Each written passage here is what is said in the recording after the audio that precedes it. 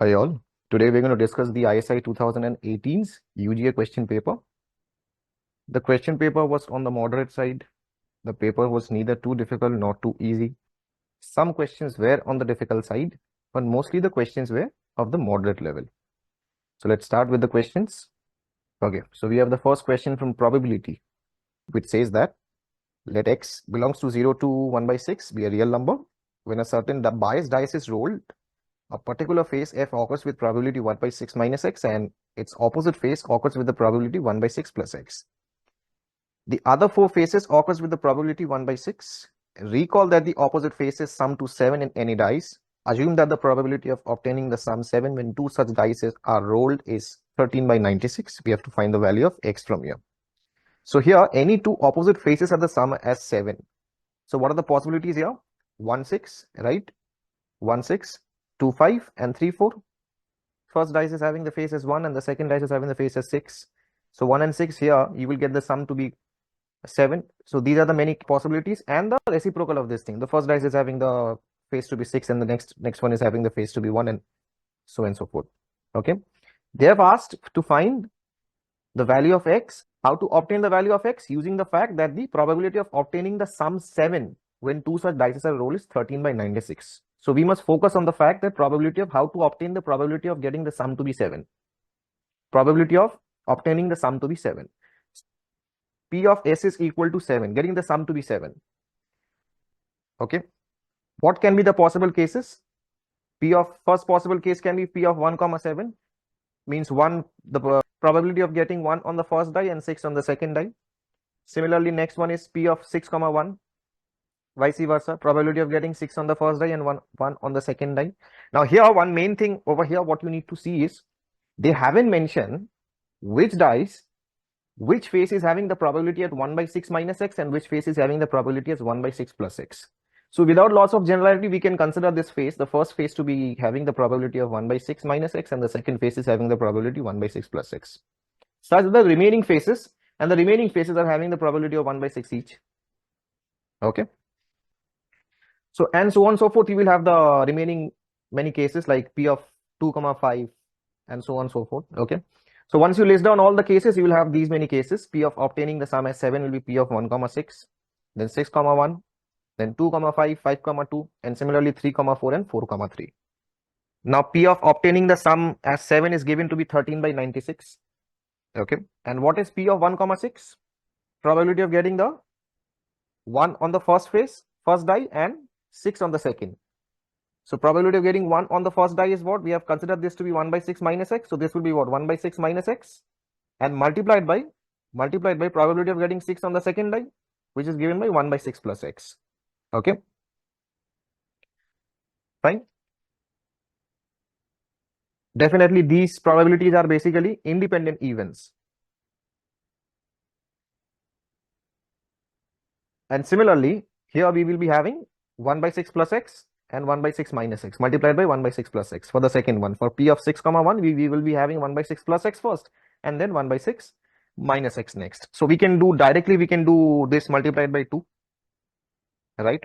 And similarly, for the remaining ones, what we'll have? For the remaining ones, P of 2, 5, 1 by 6 multiplied by 1 by 6, 1 by 6 multiplied by 1 by 6, and similarly 1 by 6 multiplied by 1 by 6. The remaining phases are having probability of 1 by 6 each. So similarly, we can do 1 by 6 multiplied by 1 by 6 into 2, and similarly 1 by 6 multiplied by 1 by 6 and 1 by 6 multiplied by 1 by 6. So we can directly do 1 by 6 times of 1 by 6 into 4. 4 times of 1 by 6 times of 1 by 6. Okay, so once you simplify this thing, we'll get something like this.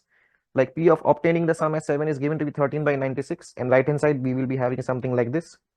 Once you simplify this thing, we'll have 13 by 192 is 1 by 12 minus of x square, and solve for x square is 1 by 64. We'll get the value of x to be 1 by 8 for you. So option A will be correct. Okay, next we have the second question, which says that an office has 8 officers, including 2 who are twins. 2 teams, red and blue, of 4 officers each are to be formed randomly. What is the probability that the twins would be together in the red team? First, let us focus on the total number of cases.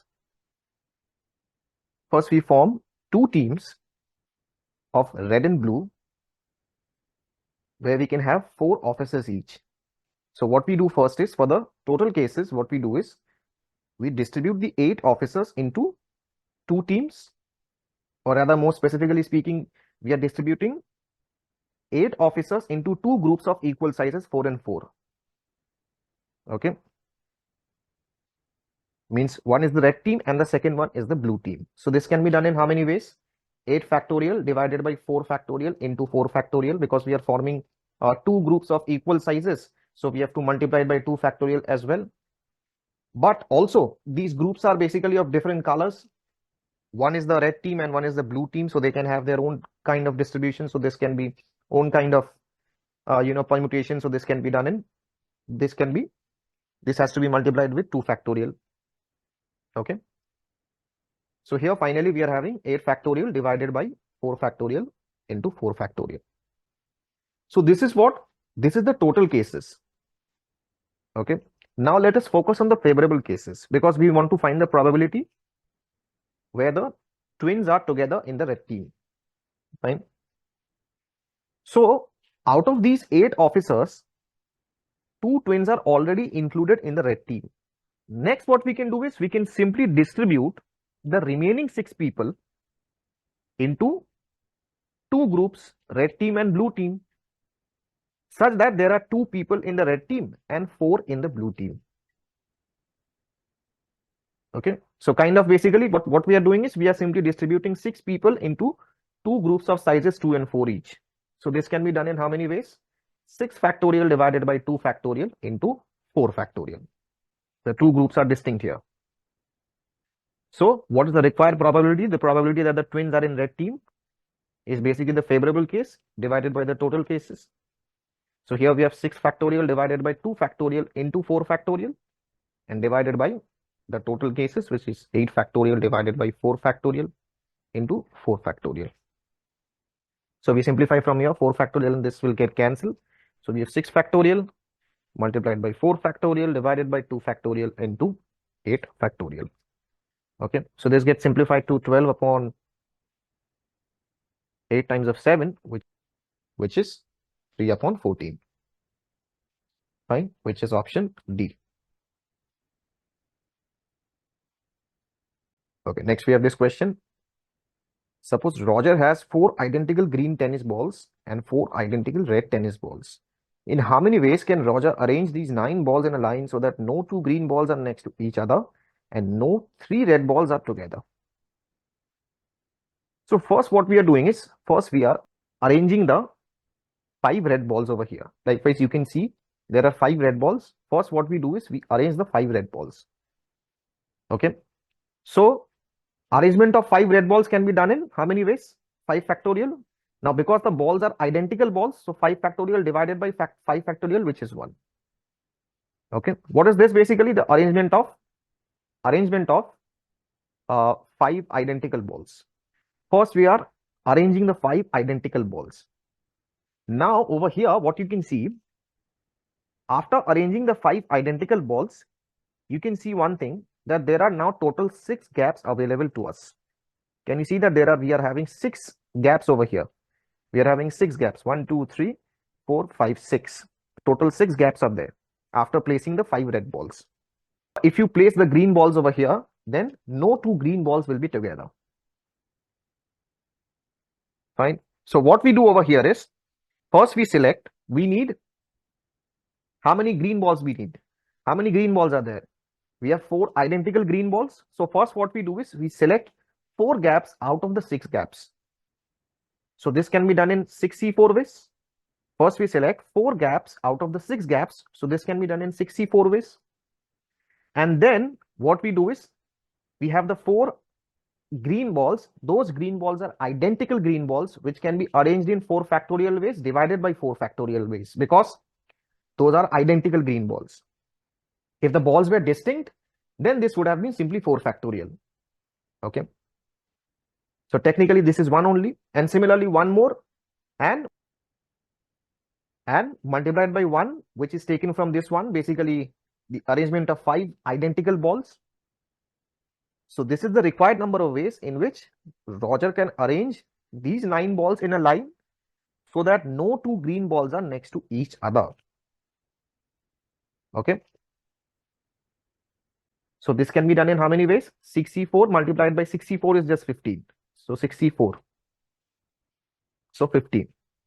Now in these cases, we have to exclude all those cases where 3 or more red balls are together. These cases are also involving those cases where 3 or more red balls are together. So we have to exclude those cases. So let's manually count those cases where we have 3 red balls to be together. Now look at the first case.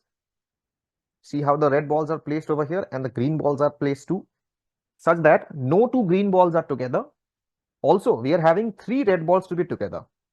3 red balls are together over here. So these cases must be excluded. Similarly, for the second case also, you can see over here that 3 red balls are together over here. Okay. And no 2 green balls are next to each other. And similarly, one more case will be there where 3 balls are placed in this way, where the green balls are not next to each other, but the 3 red balls are together. So total 3 cases will be there, which we need to remove. We have to exclude these cases where 3 or more red balls are together.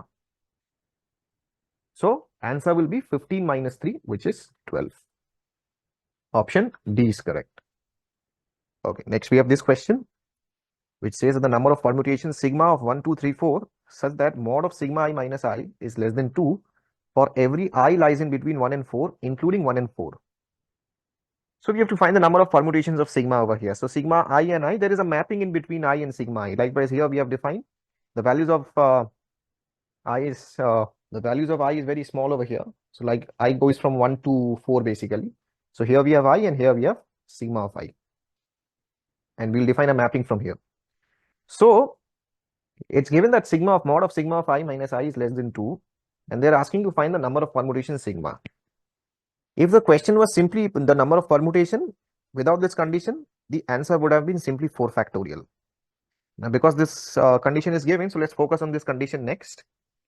Okay, so let's start putting the values. Let's simplify this condition. Like, let's see the values of sigma I over here. Like, you simply put the value of I to be 1. So once you put the value of I to be 1, we'll get mod of sigma of 1 minus of 1 is less than 2. Now, by the properties of modulus, we know sigma of 1 minus of 1 lies in between minus 2 and 2. Right? So sigma of 1, once we solve for sigma of 1, so sigma of 1 will lie in between minus 1 and 3. So for I, what are the possibilities of sigma 1? What are the possibilities for sigma 1? Sigma 1 can take the values 1 and 2. Okay. Sigma 1 can take the values of 1 and 2 because sigma I will also have the values of 1 and 2, 1, 2, 3, 4 only. So sigma 1, or rather more specifically for I, is equal to 1. 1 can take up the values 1 and 2. So similarly, you will check for I is equal to 2, 3, and 4. So I've done the calculation over here. So for I is equal to 1, we have got 1 and 2. So 1 can take up the values 1 and 2. Similarly, for you put the value of I to be 2, we'll get sigma of 2 minus of 2 is less than mod of sigma of 2 minus 2 is less than 2. Similarly, sigma of 2 is lying in between 0 and 4. You will check from here and you will end up getting 2 can take up the values 1, 2, and 3. Similarly, you put the value of I to be 3. You will see that 3 can take up the values of 2, 3, and 4. And similarly, you put the value of I to be 4. You will get the value of you will see that 4 can take up the values 3 and 4. Okay. So what are the possibilities for 1? 1 can take up the values of 1 and 2. 1 can take up the values of 1 and 2. Then 2 can take up the values of 1, 2, and 3. Okay. Then 3 can take up the values of 2, 3, and 4. 3 can take up the values of 2, 3, and 4.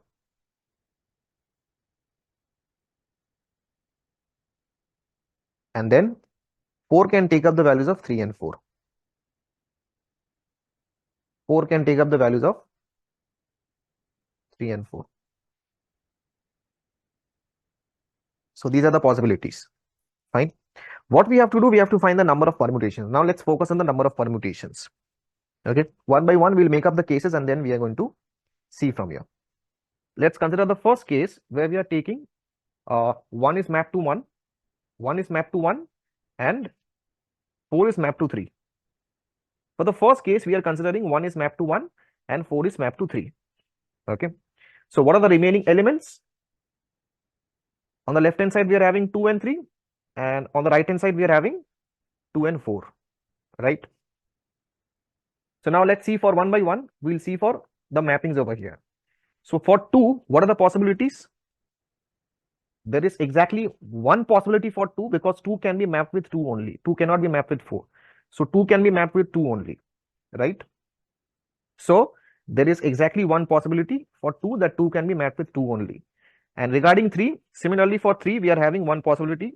Again, we are having one mapping, one possibility. So we have 3 can be mapped with 4 only. 3 cannot be mapped with 2. So here we are having exactly one option. Fine. Only one possibility, only one case. Okay. Then next case, let us consider the next case where we are taking the mapping where 1 is mapped to 1 and 4 is mapped to 4. 1 is mapped to 1 and 4 is mapped to 4. So what are the elements remaining on the left hand side? We are having 2 and 3 this side, and on the right hand side also we are having 2 and 3. Now 2 can be mapped to 2 as well as 3 because we are having two possibilities. 2 can be mapped to 2 as well as 3. So we are having two possibilities, two options are there, right? This as well as this. Similarly for 3 also, 3 can be mapped to 2 as well as 3. So two options for 3 as well. So for both the cases we are having two choices each. So again, two possibilities, two choices from here. Okay. Then there comes the third case. In the third case, we consider the case where 1 is mapped to 2 and 4 is mapped to 3. Okay. Then 2 must be mapped to 1. Then we are having 2 and 3 on the left hand side and 1 and 4 left out on the right hand side. Right. Now once again we'll check the possibilities. Like 2 can be mapped to 1 only because 2 cannot be mapped with 4, and 3 also can be mapped with 4 only. So there is exactly one possibility from here, one case. Okay. And then lastly, we consider the fourth case where 1 is mapped to 2 and 4 is mapped to 4. So in such case, left hand side we are left out with 2 and 3, and right hand side we are left out with 1 and 3. So once again we'll check the cases. So here 3 cannot take the value of 1, 3 cannot take 1, so 3 has to go to 3. So if 3 goes to 3, then definitely 2 must also go to 1. Okay. So here once again exactly one case from here. So total, let's count the cases. So we are having 1, 3, 1 plus 2 plus 1 plus 1. So total 5 cases from here. So option D is correct. Okay, next we have this question which says that let fx be a degree 4 polynomial with real coefficients, and let z be the number of zeros, real zeros of f, and e be the number of local extrema of f. So which of the following is a possible z comma e pair? So here I have considered a graph of fx, which is a polynomial of degree 4. This fx is having 4 zeros over here. Okay. The graph of fx will cut the x-axis at 4 distinct points. So if fx is a degree 4 polynomial with real coefficients, so definitely you can clearly see from the graph itself that definitely this is having 3 extremas. This is at max, this can have 3 extremas, not more than that.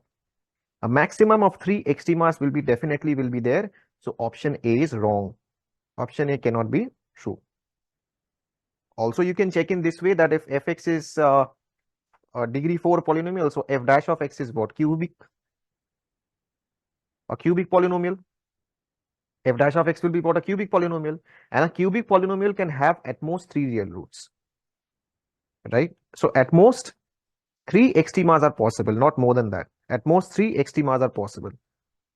So 4 maximum or 4 minimas are not possible. Now let's come down to option number B. For option B, it's saying 3, 3. 3, 3 means 3 zeros and 3 local extremas. Now a polynomial equation of degree 4 can have 3 real roots if all the 4 roots are real and distinct, right? Because it is not possible to have 3 real and 1 imaginary root, because imaginary root will always come in pair, right? So here The possibility is that the two roots are double roots, means roots of multiplicity 2, and the remaining two roots are distinct roots. This can be one possibility. Like what I'm saying is this, that the graph can be in this way. Two roots are distinct roots, like this. Two roots are distinct, and the remaining two roots are double roots, roots of multiplicity 2. These two roots are distinct roots, and here two roots are repeating. Fine. So in such scenario, can you see that here we are having three extrema points? One is this, 1, 2, and 3. Here we are having three extremum points. We are having three roots, and we are having three extremas over here. So yes, option B can be one possibility. Here we are having three extremas as well as three roots. So option B can be one possibility. Okay. Let's see regarding 0, 0 as well. Now 0, 0 is not possible. Definitely 0, 0 is not possible, because let's say, for instance, if you are having 0 real roots for fx, let's say, even if you are having 0 real roots, the graph will be somewhat like this, right? The graph will be somewhat like this. Even if you are having 0 real roots, the graph will be somewhat like this, because all the four, in that case, all the four roots are imaginary, right? So in such scenario, you will still get one extrema over here. Likewise here, in such scenario, you will still get one extrema. Minimum one extrema will be there always. Even if there are no real roots, one minima, or more specifically, one extrema will be there, definitely. One extrema will definitely be there. So definitely option D is also wrong. Okay. Let's check for 2, 2 as well. Regarding 2, 2, 2, 2 means two real roots. Okay. Two real roots are there and two imaginary roots are there, right? Two real roots are there and two imaginary roots are there. And also we are having two local extremas. Is this possible? Let's see over here. So two real roots, the graph will be somewhat like this. Two real roots. The graph will be somewhat like this. Here two real roots are there, two real roots and two imaginary roots are there. And between these two roots, x1 and x2, between these two roots, definitely you will find one local extrema over here. By Rolle's theorem, you can conclude also as well. You can conclude using Rolle's theorem as well. Between these two roots, definitely there will be one such point where f dash of c will be 0 by Rolle's theorem. So yes, definitely between these two roots, you will get one minimum. Okay. So this case is gone, not possible. Or even if you consider this case where both of them are double roots, let's say, even if you consider this case where both of the roots are double roots, like this, even if you consider this case where both of the roots are double roots, likewise here we have double roots and here we have double roots, total 4 roots are there, both of them are double roots. Okay, then there is a possibility of getting 1, 2 and 3 minimas, or not minimas, basically extremas. Then there is a possibility of getting 3 extremas. But in this case, both of them are double roots. So 2, 3 would have been one more possibility. But here we don't have 2, 3. Option C won't be correct. So option B is the only correct answer. 3, 3. We are having 3 roots. 3 roots are possible, 3 zeros are possible, as well as 3 local extremas are possible. Okay, next we have this question which says that a number is called a palindrome if it reads the same backward or forward. For example, 112211 is a palindrome. How many 6-digit palindromes are divisible by 495? So we have to form a 6-digit 4 palindromes. We have to find all such 6-digit palindrome numbers which are divisible by 495. So once you prime factorize 495, the prime factorization of 495 is basically 5 into 9 into 11. So a number is divisible by 495 only if the number is divisible by 5, 9 as well as 11. So let's see the divisibility criteria one by one for each of these numbers, 5, 9 as well as 11. Let's say for 5, what is the divisibility criteria for 5? The number must end with 0 or 5. Now the number cannot end with 0, because if you take 0 over here, then you have to take 0 over here as well, right? So this will not become a 6-digit number in that case. So definitely you cannot take 0 over here. So except 0, we can take 5.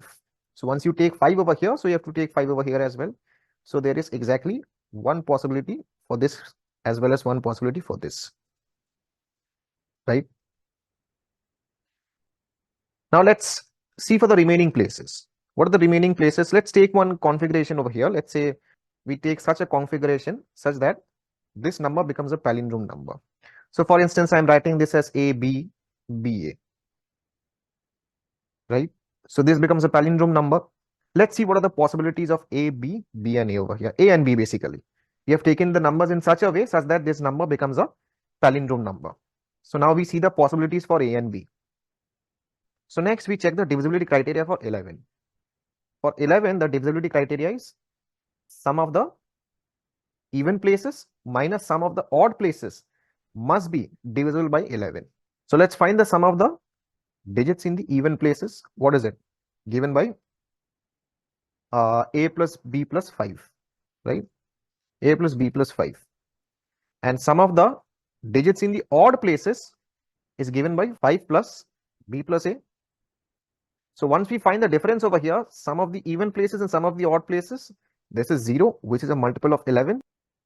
So this is divisible for 11 for any values of A and B. For any values of A and B, this is divisible by 11. So now let's check the divisibility criteria for 9. The divisibility criteria for 9 says the sum of the digits must be divisible by 9. Which must be some multiple of 9, let's say. So which means the sum of the digits means 5 plus A plus B plus B plus A plus 5 must be some multiple of 9. So 9k, let's say. Okay. So once you simplify this thing, so what we'll have from here? 2 times of A plus B plus 10 is equal to 9k. What we have to do is we have to find all such possible values of A and B such that 2 times of A plus B plus 10 is equal to some multiple of 9. So what we have to do over here is we have to find all such possible values of A and B such that 2 times of A plus B plus 10 will give you some multiples of 9. Be it 9, be it 18, be it 27. So you have to see accordingly. Okay. So let's check one by one. Let's analyze the values of A plus B. What are the possible values of A plus B? Okay. Is 9 possible? 9 is not possible because right hand side 9 is not possible. Because here, even if you put the value of A plus B to be 0, then 2 times of 0 plus 10 will give you 10. So minimum this has to be 10. Minimum the left hand side will be 10. So 9 is not possible on the right hand side. But 18 is possible. 18 is possible. If you put the value of A plus B as 4, then 8 plus 10 will give you 18. Right hand side 18 is possible. So A plus B is equal to 4 is one possibility. Okay. So if A plus B is 4, so let's figure out the possibilities over here for A and B. A plus B is 4. So A can be 0 and 4. Similarly, 4 and 0. Right? 1, 3 is possible. 3, 1 is also possible. What else? 2, 2 is possible. Only these many possibilities. So 0, 4, 4, 0, 1, 3, 3, 1, and 2, 2. These are the possibilities. So how many are there? 1, 2, 3, 4, 5. So total 5 possibilities from here. Total 5 possibilities from the first case. Okay. So 18 case is gone. So next, 27 is once again not possible because 9 3s are 27. 27 is not possible because the left hand side is an even number, right hand side is 27, odd number, not possible. So 27 case is gone. 36 is possible. 36 is possible. This right hand side can be 36. Okay. Right hand side can be 36 if A plus B is 13. Right hand side 36 is possible if A plus B is 13. So now let's see once again what are the possibilities for A and B such that A plus B is 13. What are the possibilities? 4, 9, then 5, 8, right? Okay, 8, 5, 9, 4 from here as well. Okay, 5, 8, 8, 5, then 6, 7, then 7, 6. How many are there? 1, 2, 3, 4, 5, 6. Total 6 possibilities are there. So total 6 cases from here, right? Any more are possible? Here we have to take care of this thing. Here you can see, like you cannot take more values. You see over here, why? Here A and B, the values of A and B lies from 0 and 9. A can take the values in between 0 and 9, right? So minimum to minimum A plus B can be 0, and max to max A plus B can be 9 plus 9, 18. Maximum A plus B can be 18, right? So next, if you take any other values, this will exceed this maximum value. A plus B is maximum, A plus B can be 18. So if you take any other values, more multiples of 9, this will exceed A plus B to be 18. So you cannot take more values over here, right? So total possibilities of A and B is 5 plus 6, which is 11. Option B is correct. Okay, next we have the seventh question, which says that let A be a square matrix of real numbers that A to the power of 4 is equal to A. Which of the following is true for every such A? Okay, so we are having A to the power of 4 is equal to A. If you take determinants on both the sides, so this will become determinant of A raised to the power of 4, which is the same as determinant of A to the power of 4 is equal to determinant of A. So once you take this on the left hand side, and so this becomes determinant of A to the power of 4 minus determinant of A is equal to 0. So determinant of A to the power A can be taken common, and this becomes determinant of A cube minus of 1, which is equal to 0. So from here we will be getting determinant of A is equal to 0, or determinant of A cube is equal to 1, which means determinant of A is equal to 1 from here, because here A is a square matrix of real numbers. So determinant will be also a real number in this case. So determinant of A is equal to 1 in such case. So definitely what I think is option A is correct. Okay, option A, because it's saying that determinant of A is 0. We are getting this to be 0 or 1. But in the question they have given det of A or determinant of A is not equal to -1. So which is true. Option A is correct. But still we'll check for the remaining options as well, B, C, D. Option B is saying A must be invertible. Now, if you take the value of A to be null matrix, if you take A to be null matrix, you will see that this relation is being satisfied. If A is a null matrix also, then also this relation will be satisfied. Okay, but in that case, A is not invertible, null matrix is not invertible. Okay, so definitely option B is wrong. Similarly, for option C, what is it saying? A cannot be invertible. If you take the value of A to be I, let's say, then this will be satisfied. Then this will be satisfied.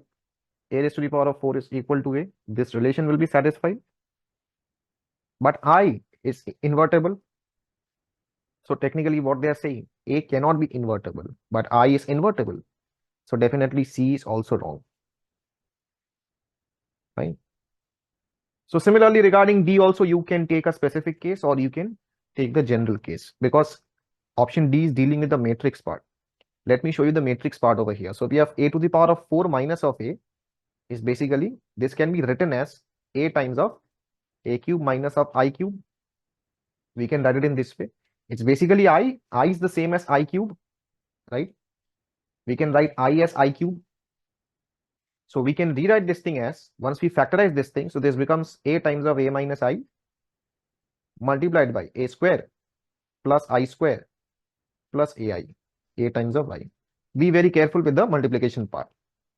Okay. Now suppose if this is equal to 0, you know that in matrix multiplication, if AB is equal to 0, this does not guarantee that A is 0 or B is 0. In matrix multiplication, if AB is equal to 0, this does not guarantee that A is equal to 0, either A is 0 or B is 0.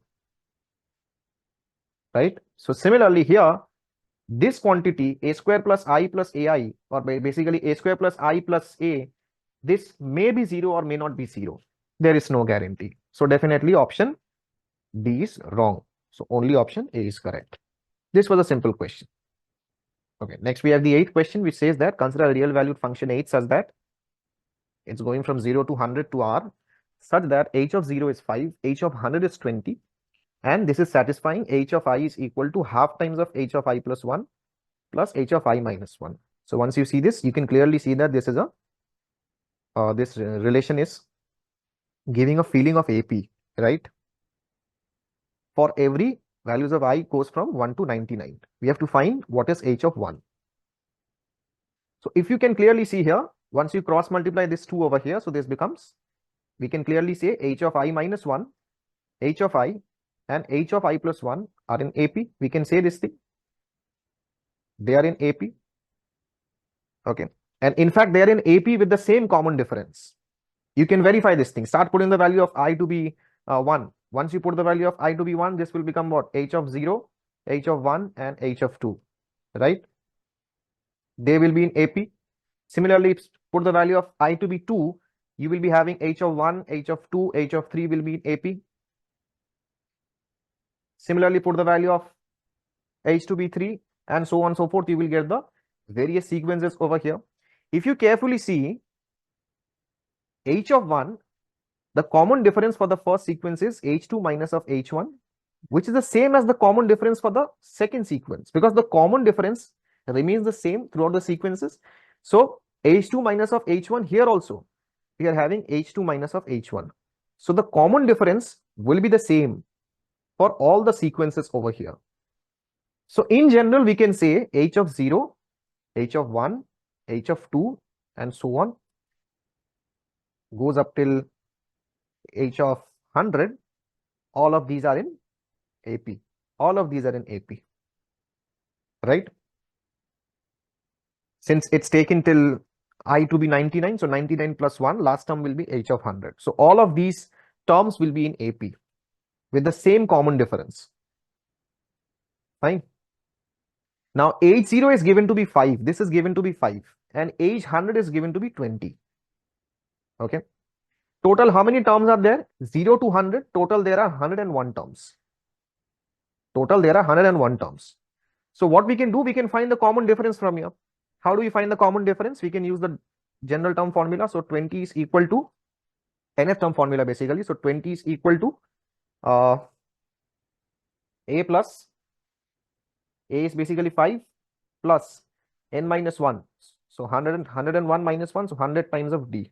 So we can figure out this thing. D from here. What is D? D will be 15 by 100. D will be 15 by 100, which is 0.15. D will be 15 by 100, which is 0.15. So if we can find what is D, so we can now find what is H of 1. What is H1? The second term. The second term, right? So H of 1 will be how much? H of 1 is the second term. So A plus D. So what is A? A is 5. So 5 plus 0.15, which is 5.15. So option A is correct. This is a very simple question. If you can clearly observe this relation, that this gives us an AP over here. Okay, next we have the 9th question. The 9th one is a very routine question, and these kind of questions are done in the class itself. This is a very routine question even for the JEE students as well. An upright path is a sequence of points. A0 is equal to x0, y0. A1 is x1, y1. A2 is x2, y2, and so on, such that AI plus 1 minus of AI is either 1, 0 or 0, 1. The number of upright paths from 0, 0 to 100, 100, which passes through 1, 2 is what? So you're starting from 0, 0. The main target is you're starting from 0, 0. You have to reach 100, 100 over here, let's say. Okay. Condition is you have to pass through 1, 2 as well. Okay. These kind of questions are asked in JEE also. So you have to take the upright, you have to consider the upright path only, because here the sequence is based on the upright paths, such that AI plus 1 minus of AI is either 1, 0 or 0, 1. Upright means, in simple language, upright means either you can go up or go right. Okay, and you have to calculate the shortest possible path. The question is the shortest possible path from 0, 0. You have to calculate the shortest possible path, number of paths from 0, 0 to 100, 100, passing through 1, 1, 1, 2. So you have to pass to 1, 2 as well. So process, the logic is you count from 0, 0 to 1, 2, and then once again from 1, 2 to 100, 100. Okay. How to count? How to do the selection over here? From 0, 0 to 1, 2, you simply count the number of paths possible over here. So here you will figure out that one vertical, one horizontal path is possible, and two vertical paths are possible. Let's say you are going in this way. So two vertical paths are possible, and one horizontal path is possible from 0, 0 to 1, 2. So here one horizontal and two vertical paths are possible. From 1 to 100, 100, total 99 horizontal paths are possible. From 100, from 1 to 100, 100, total 99 horizontal paths are possible.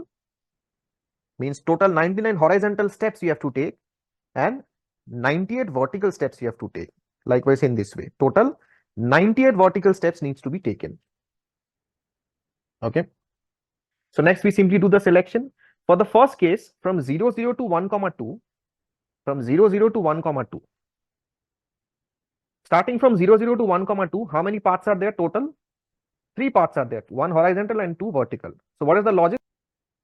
From 0, 0 to 1, 2, total of 3 paths are there. Now you can go in any way, like you can take the horizontal pathway or the vertical pathway. Let's say I am taking the vertical pathway. So total there are how many paths? Total there are 3 paths are there, 1 horizontal and 2 vertical. So total 3 paths. Out of the 3 paths, I am choosing 2 vertical paths. So once you choose 2 vertical paths, automatically the remaining path will get selected. The horizontal ones will automatically get selected. Same thing goes for this one. So multiplied by total we have 99 plus 98, which is 197. So out of 197, you are choosing, let's say, the vertical one. You can take the horizontal one as well. You are choosing the vertical ones. Let's say 197C, 98. The remaining 99 horizontal paths will get automatically selected. 3C2 is the same as 3C1. So this is straight away 3. 3 times of 197C 98, which is the same as 197C 99, and option A is correct. Okay, next we have this question which says that let fx be half times of x sin x minus of 1 minus cos x. The smallest positive integer k such that limit extends to 0 fx upon x to the power of k is not equal to 0 is what? So for this, what I'm going to do is I'm going to use the expansion, standard Taylor series expansions of sin x and cos x over here. Okay. This question gets much more simplified using expansion. You can solve this using L'Hopital's rule or by any other process. Okay. But this is much more easier using expansion. So the expansion of sin x and cos x is given over here. Okay. So I'm simply going to use the expansions of sin x and cos x over here. So this becomes half times of x times of sin x. Sin x is x minus x is cubed by 3 factorial plus x to the power of 5 upon 5 factorial and so on. Minus 1 minus cos x. So 1 minus cos x is 1 minus x square upon 2 factorial plus x to the power of 4 by 4 factorial and so on. Fine. So here 1 and 1 will get cancelled over here. And do carry forward this denominator as well, which is x to the power of k. Let's see the cancellations here. So 1 and 1 will get cancelled. And what else? Here we have half x square, and here also we are having minus of x square by 2 factorial. This will also get cancelled. Okay. So what is left out? You'll be left out with 1 by 2 times of x to the power of 4, 1 by 2 times of divided by 3 factorial into x to the power of 4, right? And some terms over here, and similarly minus of here as well, minus of x to the power of 4 by 4 factorial and so on. These terms will be remaining divided by x to the power of k. Now you have to find the smallest positive integer k such that this limit extending to here, once you put the limit over here, limit extending to 0 fx upon x to the power of k is not equal to 0. Okay. So you can clearly see for this to be a non-zero quantity, k definitely has to be 4. Definitely minimum k has to be 4. K definitely minimum, the smallest positive integer such that this is not 0 definitely has to be 4. Otherwise, this will be a zero quantity. So option B is correct. Okay, next we have this question. It says 9 students in a class gave a test for 50 marks. Let S1 less than or equal to S2 and so on up till less than or equals to S9. Denote their ordered scores. S1 is given to be 20 and summation of SI is given to be 250. M be the smallest value which S5 can take, and capital M be the largest value such that which S5 can take. So we have to find what is m comma n. So we have to find the minimum value of S5 and the maximum value of S5. So here S1 is given to be 20, right? And one condition is given, S1 less than or equals to S2 and so on up till S9. So because S1 is given to be 20, so definitely S5 cannot be less than 20, right? So minimum value of S5 must be 20. This is for sure. And some condition is given over here. Let's write down this condition as well. Like summation of SI is 250. So S1 plus S2 plus S3 plus S4 plus S5 plus S6 plus S7 plus S8 plus S9. And this is equal to 250. So this is for sure that S1 is 20. So S5 definitely has to be 20. This cannot be less than 20. So minimum value of S5 must be 20. So either option A or option B is correct. Okay. So next what we do, let's say for instance, if S5 is 20, if I take the value of S5 is 20, if S5 takes the minimum value, okay. And let's say the remaining other values, S1, S2, S3, S4, these are also 20. All of them are taking the minimum values each, like 20, 20, 20, and 20. All of these are taking the minimum values each. Okay. Then what happens? The remaining ones, S6 plus S7 plus S6, S8 plus S9 is 250. So this will become 100. So S6 plus S5, S7 plus S8 plus S9 is basically 250 minus 100, which is 150. We'll get this sum to be 150. Is 150 possible?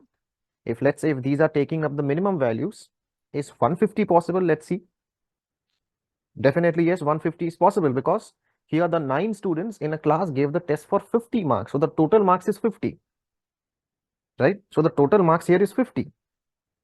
So here the sum of these 4 scores is given to be 150 is a possible score, right? Let's say one of them is taking 20, S6 is taking 20 and the remaining S7, S8, S9 are taking some more values, let's say. Okay, so for different, you can get various combinations for which you can get the sum to be 150. So 150 is a possible score. So definitely S5 is 20 is a possible value. Okay, now for the maximum value. Now let's focus on the maximum value. For maximum value, what I do, I consider S1, S2, S3, and S4, all of them to be as least as possible. I consider them to be equal and as least as possible. So that, why I consider this to be equal? So that the remaining sum can be used, okay, keeping S5 as large as possible. S1, S2, S3, and S4 is considered to be least as possible, as much as possible, such that the remaining sum can be used, keeping this S5 as large as possible. And you take all the values of S1 for maximum value, you take the values of S1, S2, S3, and S4 to be minimum. I minimize this. Okay. So once you minimize this, so what about the remaining ones? So in that case, 80 plus, you will be getting 80 plus S5 and so on till S9. This sum is 250.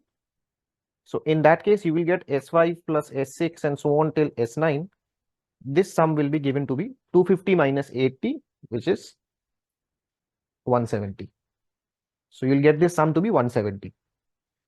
Okay. The sum of this S5, S6 and so on till S9, this sum is given to be a fixed 170. Now for S5 to be maximum, we have to maximize S5. So for S5 to be maximum, keeping this condition in mind, S1 less than S2 and so on till less than or equal to S9, keeping this condition in mind, if we keep all these numbers like S5, S6 and so on, S9, if I keep all these numbers to be equal, then I think you will get this S5 to be maximum. You will get the maximum value in such case. If you keep, see, if S9 is large, okay, if let's say for instance, if S9 is large, so in that case, for the sum to be 170, we have to keep S5 to be comparatively lesser. If you keep S9 to be very large, then you have to decrease S5 from here, right? Getting my point? So technically here, the maximum value can be obtained when when S5, S6 and S7 and so on till S9, all of them are equal. So these constants, these numbers are equal basically.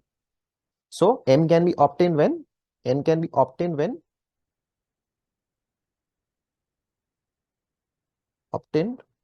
when S5, S6 and so on, all these coefficients are equal. All these numbers are equal. So which means 5M, we can say 5M is equal to 170 from here.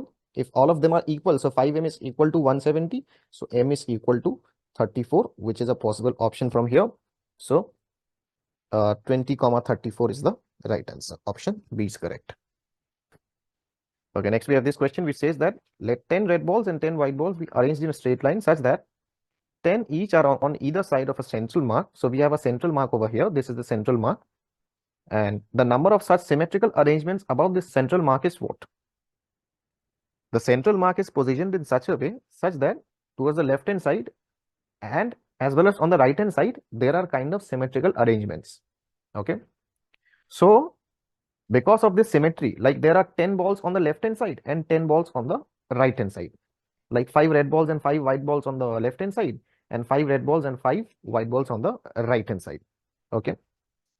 And these balls are basically distributed symmetrically about the central mark. Okay. So since the arrangement is symmetrical, if you arrange the left hand side over here, the right hand side will get automatically arranged. The remaining 10 balls will get automatically arranged over here. The remaining 10 balls will automatically get arranged over here. So what you are supposed to do, the question is simply reduced to arrangement of the balls on the left hand side or on the right hand side, just only one side. We are supposed to arrange the balls on the left hand side or on the right hand side. The remaining balls will get automatically arranged. The remaining 10 balls will simply get automatically arranged over there. Okay. So this arrangement can be done in like 5 red balls are there and 5 white balls are there. So this arrangement can be done in how many ways? 10 factorial divided by 5 factorial, 5 red balls and 5 white balls are there. And these balls, one more thing is here, we are assuming the case that the balls over here are identical. Otherwise, the symmetry is not possible. Here, the ball must be identical, though they have not specified which, like here, whether the balls are identical or not identical. But here, we are assuming the case that the balls are identical over here. So the arrangements can be done in 10 factorial divided by 5 factorial times of 5 factorial, which is option A.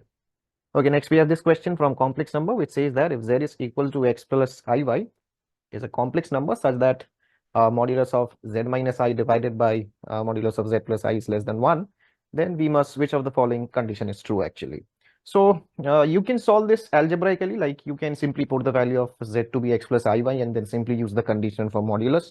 You can do a bit of cross multiplication from here, that mod of z minus I is less than mod of z plus I. Just modify this thing and simply put the value of z to be x plus iy and simply use the, simply manipulate and simply find the modulus and do the manipulation.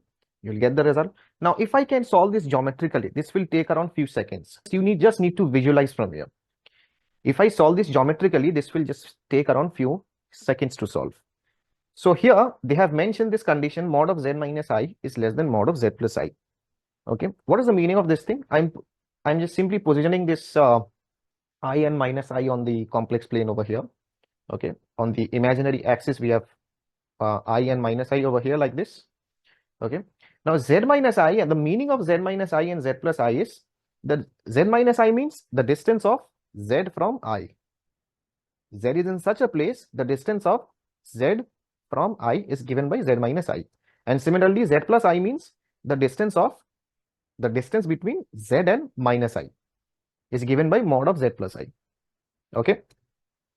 So now, when z minus I, mod of z minus I is equal to mod of z plus I, what is the significance of this? Is a very common type of geometry done in class itself, common type of locus question actually. Mod of z minus I is equal to z plus I. What is the significance of this? What does this represent? This represents, z will represent the perpendicular bisector line joining I and minus I. Z simply represents the perpendicular bisector line joining I and minus I, which means this, your x-axis itself is your z basically. Any specific point, like you take any point over here, you will see that the distance of z plus I and z minus I will be the same. You take any point over here on the x-axis here. Once you join this, you will see that the distance between this point from I and from minus I will be the same. So here basically your x-axis is acting as the perpendicular bisector line. This is the geometric meaning and the geometric significance. Z is the set of all points lying on the perpendicular bisector line. Okay. Now here in the question they have mentioned mod of z minus I is less than mod of z plus I. Okay. If there was an equality sign over here, then all the points on this x-axis would have been considered. Now they are saying mod of z minus I is less than mod of z plus I. So here the distance between, they mean to say the distance between z and I is comparatively lesser than the distance between z and minus I, right? So which region should have been considered?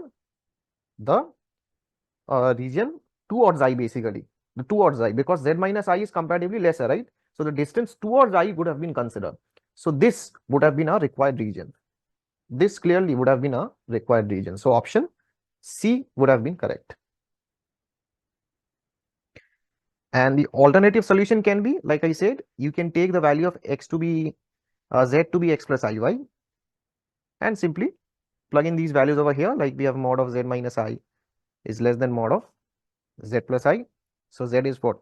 X plus iy. So simply put it over here. So we have x plus iy minus of I and x plus iy and plus I. So next what you're supposed to do is, we'll simplify this a bit. So we can write this as x plus I times of y minus 1, and similarly here we have less than x plus I times of y plus 1. Okay, and then we have modulus over here, modulus on both the sides. So what you can do, you can simply use the modulus and square both the sides and simplify. You will get the same result, y greater than 0. Okay, next we have this question which says that S set is given, which is x minus 1 such that x, y are real numbers, provided that x square plus y square is equal to 1. Then we have to find the maximum number in the set S. This is a very straightforward question if you know the parametric coordinates for the circles, the polar coordinates. Here we have a unit circle given, x square plus y square is equal to 1. So what we have to do is we have to maximize x minus 1 provided that x square plus y square is equal to 1 condition is given. So straight away we can clearly see this is much more easier using the polar coordinates. If you take this to be a cos theta, now here a is 1, so here we have cos theta comma sin theta. Once you take this to be the polar coordinates, so the parametric coordinates over here, so we have cos theta comma sin theta. Now what you have to maximize is x minus y. So what is x minus y? Cos theta minus of sin theta, right? And what is the maximum value of this thing? This is a very standard quantity, cos theta minus of a cos theta plus b sin theta, or b cos theta plus a sin theta plus b cos theta. What is the maximum and minimum value? Root over of a square plus b square. Here a and b is basically 1 and minus 1. So what is the maximum value? Maximum value of this thing is root over of 1 square plus minus 1 whole square, which is root 2. Option B is correct. Such a simple problem once you take these polar coordinates. You can solve this using calculus as well, but this is much more simpler method. Okay, next we have this question which says that in a factory, 20 workers start working on a project of packing consignments. They need exactly 5 hours to pack one consignment. Every hour, 4 new workers join the existing workforce. It is mandatory to relieve a worker after 10 hours. Then the number of consignments that would be packed in the initial 113 hours is what? So first of all, just focus on this Q. So at the initial hours, at the 0th hour, let's say, there were 20 workers, like during the starting basically. So at the, when t was 0, time is 0 basically. So we have, the workforce was 20 actually, okay. And initially, like as per the given condition, this will change, the workforce will change, the manpower will simply change over here, the workers will keep on getting added over here, and this will change. So t starting from 0, and t will continue till t is 1, then t can take the value of 2, t can take the value of 3, t can take the value of 4, 5, okay, and so on and so forth. Likewise, this will take up till 130. I'm writing few of the values over here because few of the values will be needed in between 11, 12, okay, and so on. This will continue up till 113. T will go up till 113. These are all time cues. Now, at the initial hour, at the very beginning, there were 20 workers towards the starting, right? Manpower was 20. 20 workers, since they have mentioned 20 workers start working on a project of packing consignments. They need exactly 5 hours to pack one consignment. Now, in every hour, 4 new workers will join. So the next hour, 4 new workers will join. So 24. And the next hour, once again, 4 new workers will join, 28. Then next hour, one more 4 new workers will join, 32, and so forth.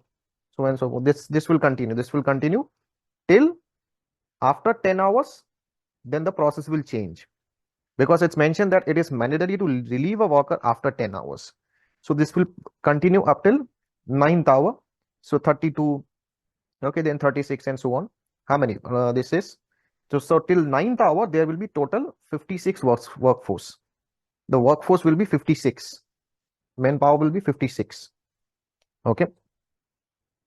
Then in the 10th hour, what will happen? So 56. So this was 56. So 56 minus of 20. 56 minus of 20. 20 will get relieved over here. Okay. And then once again, additional 4 new workers will join. So technically 56 minus of 20 plus 4. Okay.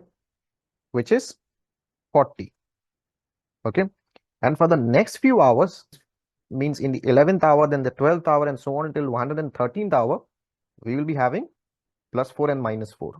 So technically 40, and then the rest of the things will be 40 only. 40 plus 4 and minus 4. So 40 plus 4 and minus 4 will be 40 only.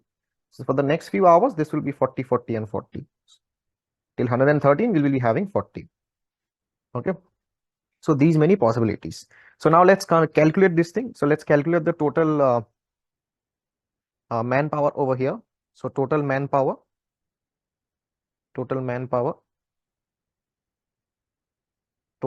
will be how much? 20 plus 24 plus 28 plus 32, and so on till 56.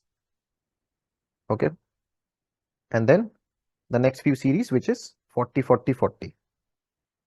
40 plus 40 plus 40, and so on. Okay. So now this is 20 plus 24 and 28, and so on. This is what? AP. So we can simply use the formula.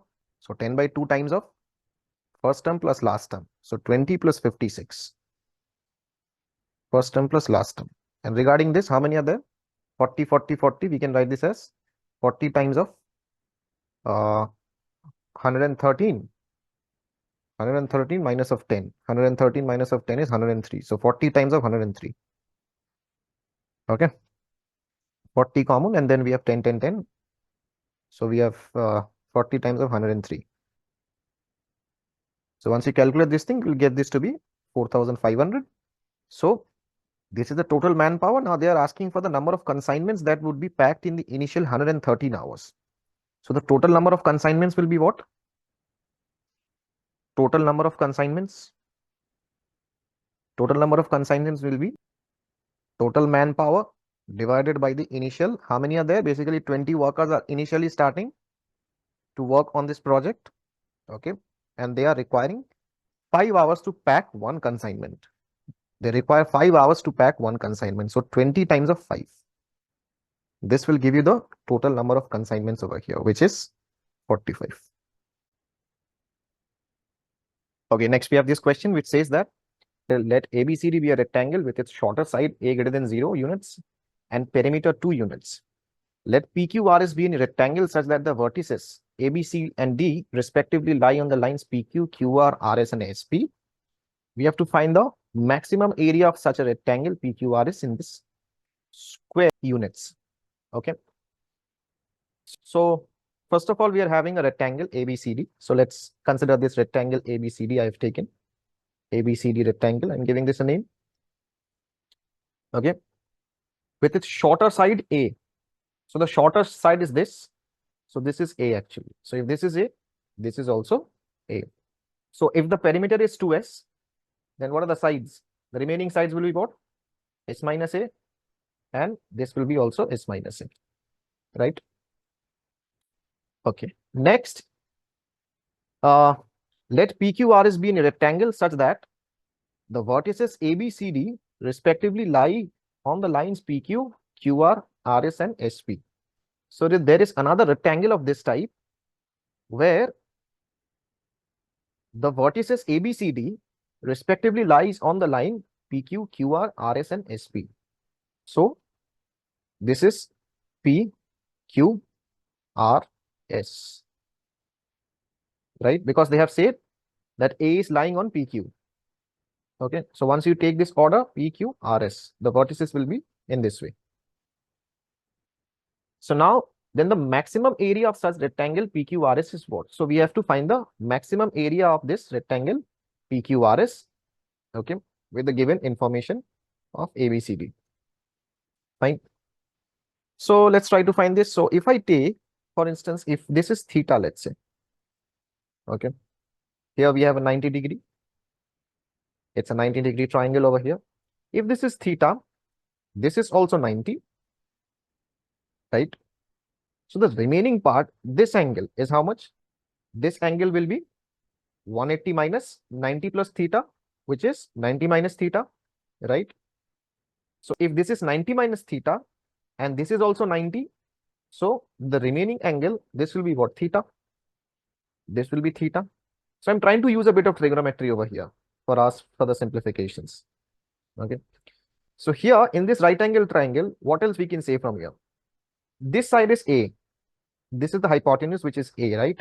So can I say from here, this length is A sine theta? Can I say this length is A sine theta?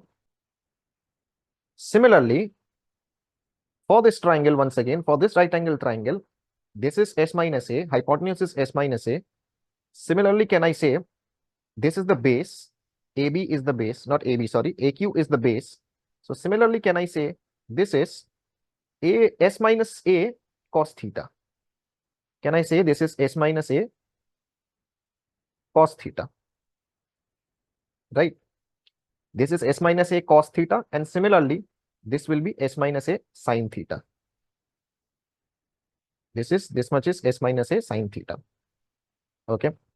So this is theta, this is 90. So this angle is what? 90 minus theta, right? This is 90 minus theta.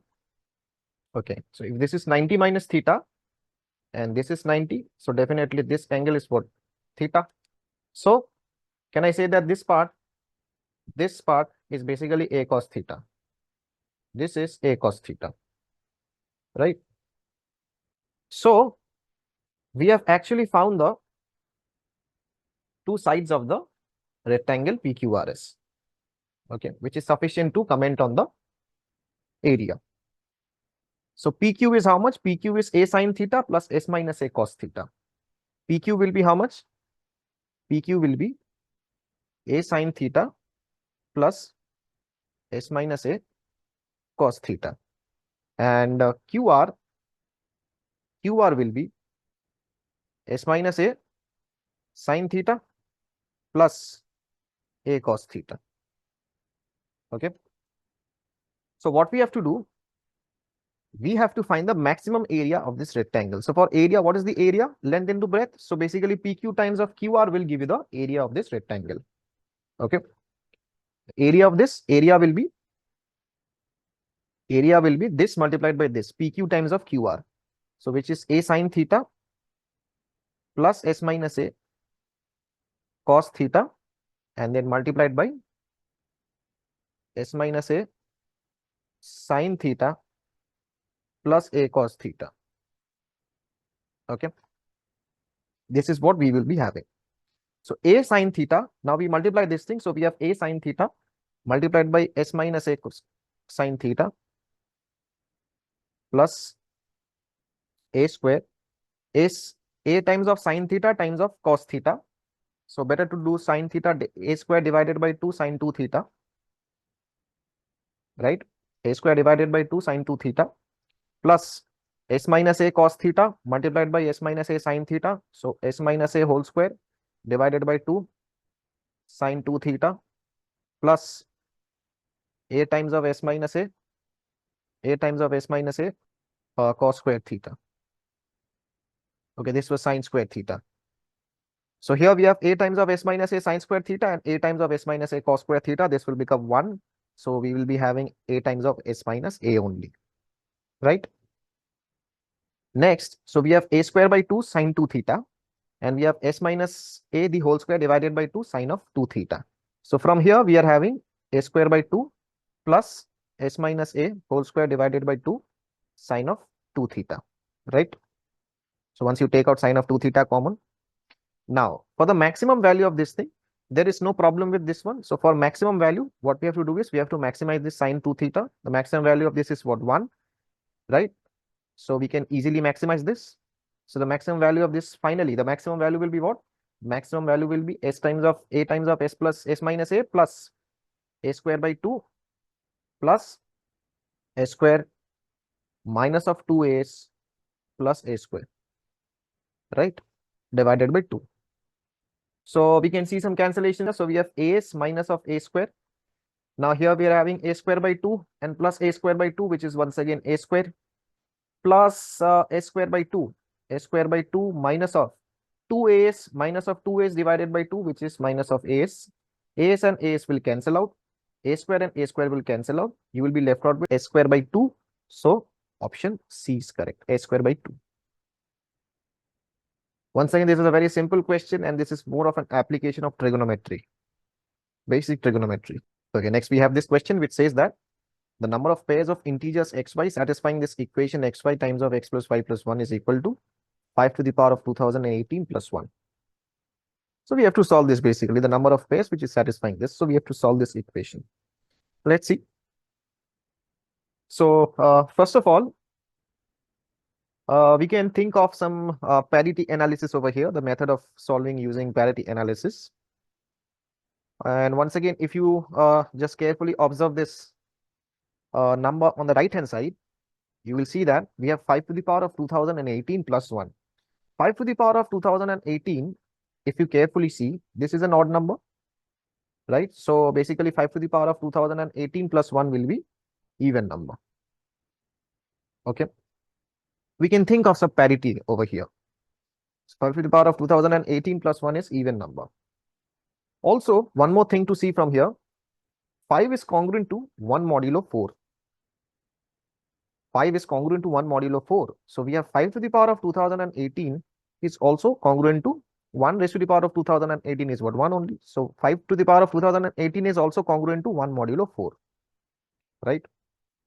So this is one speciality. So basically we can say 5 to the power of 2018 is of the form 4k plus 1. This is of the form 4k plus 1 because this is the remainder only. So it's of the form 4k plus 1. So once you're dividing with 4, you get the remainder as 1, right?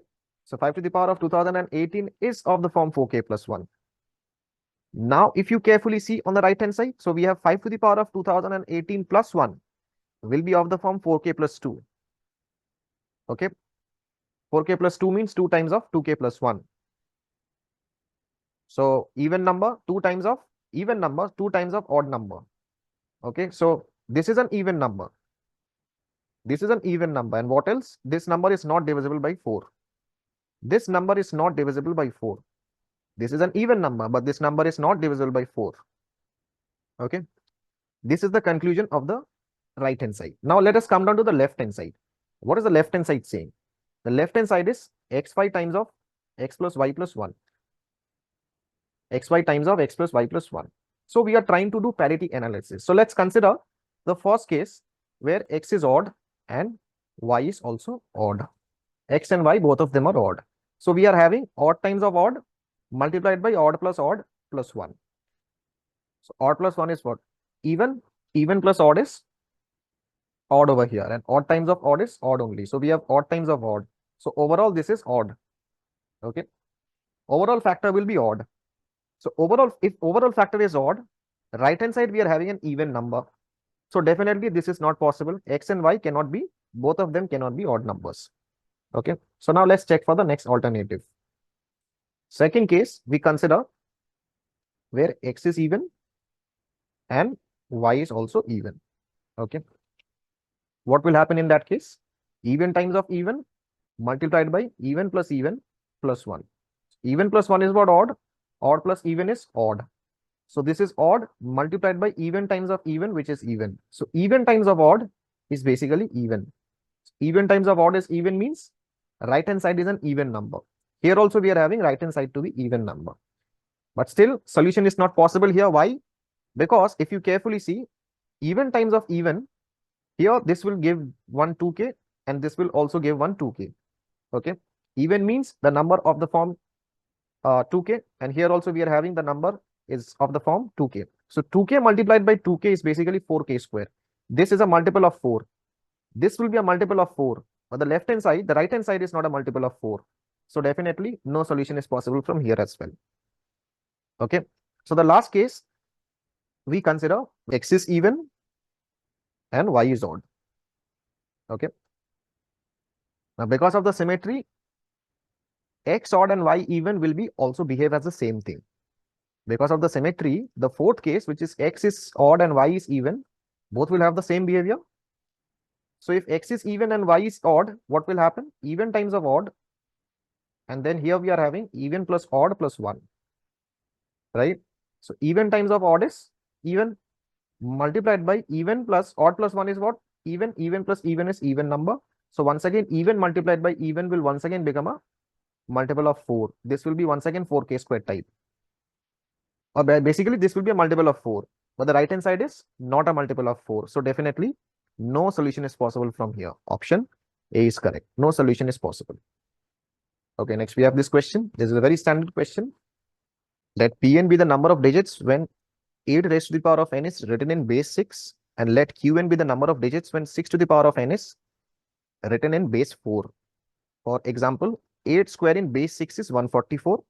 So here P of 2 is 3. We have to find what is limit n tends to infinity Pn times of Qn divided by n square. So first we need to find individually, we need to find Pn and Qn. Though I have given the formula over here, but look at this thing.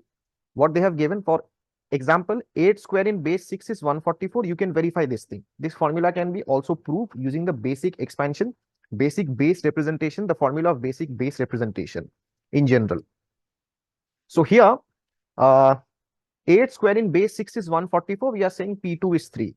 So how we are getting this 144 over here? If you write down 144 in base 6, okay, you will get the result as 64 only. Once you expand this thing using the base formula, base expansion formula in base 6, you will get the result as 64 only. 8 square, which is 64. Okay, so that's why we are saying P2 is 3 in this case. Okay, but there is a standard formula for the number of digits in the base B representation.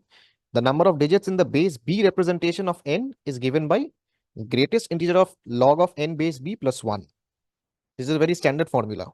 Greatest integer of log of n base B plus 1. So here n is given to be 8 raised to the power of n for Pn and 6 to the power of n for Qn. Okay, and base is 6 and 4 respectively. So we have Pn, we'll get the Pn and Qn from here. Pn is box of log of 8 raised to the power of n base 6 plus 1, and Qn is box of log of 6 to the power of n base 4 plus 1. Now what we need to do is we need to simply plug in these formulas, these values in the limit over here, because they are asking you to calculate the limits. But still we can just do a bit of simplification before we put this limit over here.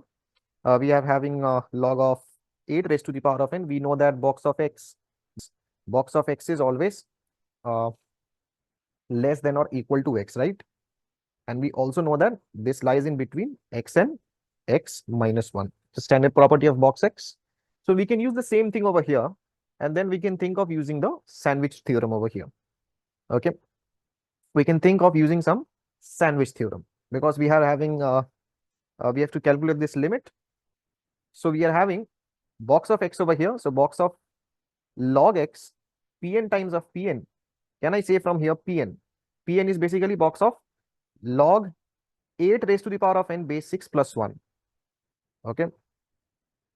So first of all, box of log of 8 raised to the power of n base 6 is less than or equal to box of log of 8 raised to the power of n base 6 and box of log of 8 base 6, 8 raised to the power of n base 6 minus of 1. So adding 1 will simply remove this 1 over here, right? And simply we'll add 1 over here as well, right? So we can say from here Pn lies in between. We can say from here Pn lies in between log of 8 raised to the power of n base 6. So this n can be taken down. So n times of log of 8 base 6 plus 1, and this is strictly less than n times of log of 8 base 6. And similarly Qn, the same thing can be done for Qn. Similarly for Qn, what we'll have? Log of 6 to the power of n base 4 plus 1. So n times of log of, bring this power down. So we have log of 6 base 4 plus 1. And this is n times of log of 6 base 4. Okay. So now what we do, we multiply these two. Let's multiply these two and see what we get from here. So once you multiply these two, this will become Pn times of Qn on the left hand side. Sorry, in between, we'll have Pn times of Qn. Towards the left hand side, we will be having n square times of log of 8 base 6. Okay. Purposely, I'm writing this for log of 8 by 4, log of 6 into log of 6 by log of 4. Okay. You're trying to reduce calculations as much as possible here. So we have n times of, similarly here we are having log of this multiplied by this, 8 by log of 6 plus 1, and multiplied by n times of log of 6 by log of 4 plus 1. Now we have to take the limits over here, and then we have to divide by n square as well. Before taking the limits, we have to divide by n square as well. So once you divide by n square, here we divide by n square because the limit is with n square. Okay. So here we can distribute n and n, right? We can distribute this n to this n and to this n, so that this will get balanced over here. Okay. And then you take the limits over here. You take the limits, limit n tends to infinity. Here also we are having limit n tends to infinity. Limit n tends to infinity. So once you take limit n tends to infinity, so this n square, one of this n square will get cancelled, and you can distribute this n so that this n and this n will get cancelled over here. Okay, and this also, once you divide this n square over here, here also we will be having n square, 1 by n square over here. So limit n tends to infinity, 1 by n square will tend to 0. This will become 0. This will become 0. And here we are having some cancellations. Log of 6 and log of 6 is getting cancelled. Log of 8 by log of 4. Left hand side we are having log of 8 by log of 4. And this is the limit. Let's say this is L. Okay. And this is actually, once again, we are having log of 8 by 6, log of 8 by 6 into log of 6 by log of 4. So log of 6 and log of 6 once again cancels. So definitely by sandwich theorem, we can conclude L will be what? L will be log of 8 by log of 4. Now log of 8, we can similarly log of 8, we can write log of 8 as log of 2 cube. This is basically log of 2 cube, right? So 3 times of log of 2 and divided by, similarly, this is log of 2 square. So this is 2 comes down. So we have log of 2. Log of 2 cancels out. Answer is 3 by 2. Option C is correct. So this is a very nice question, provided that you know the formula. Okay. You have to know the formula. You have to solve the question. You have to utilize the formula. And then also you have to use the, you have to solve using sandwich theorem as well. Okay. Next, we have this question. Question number 19.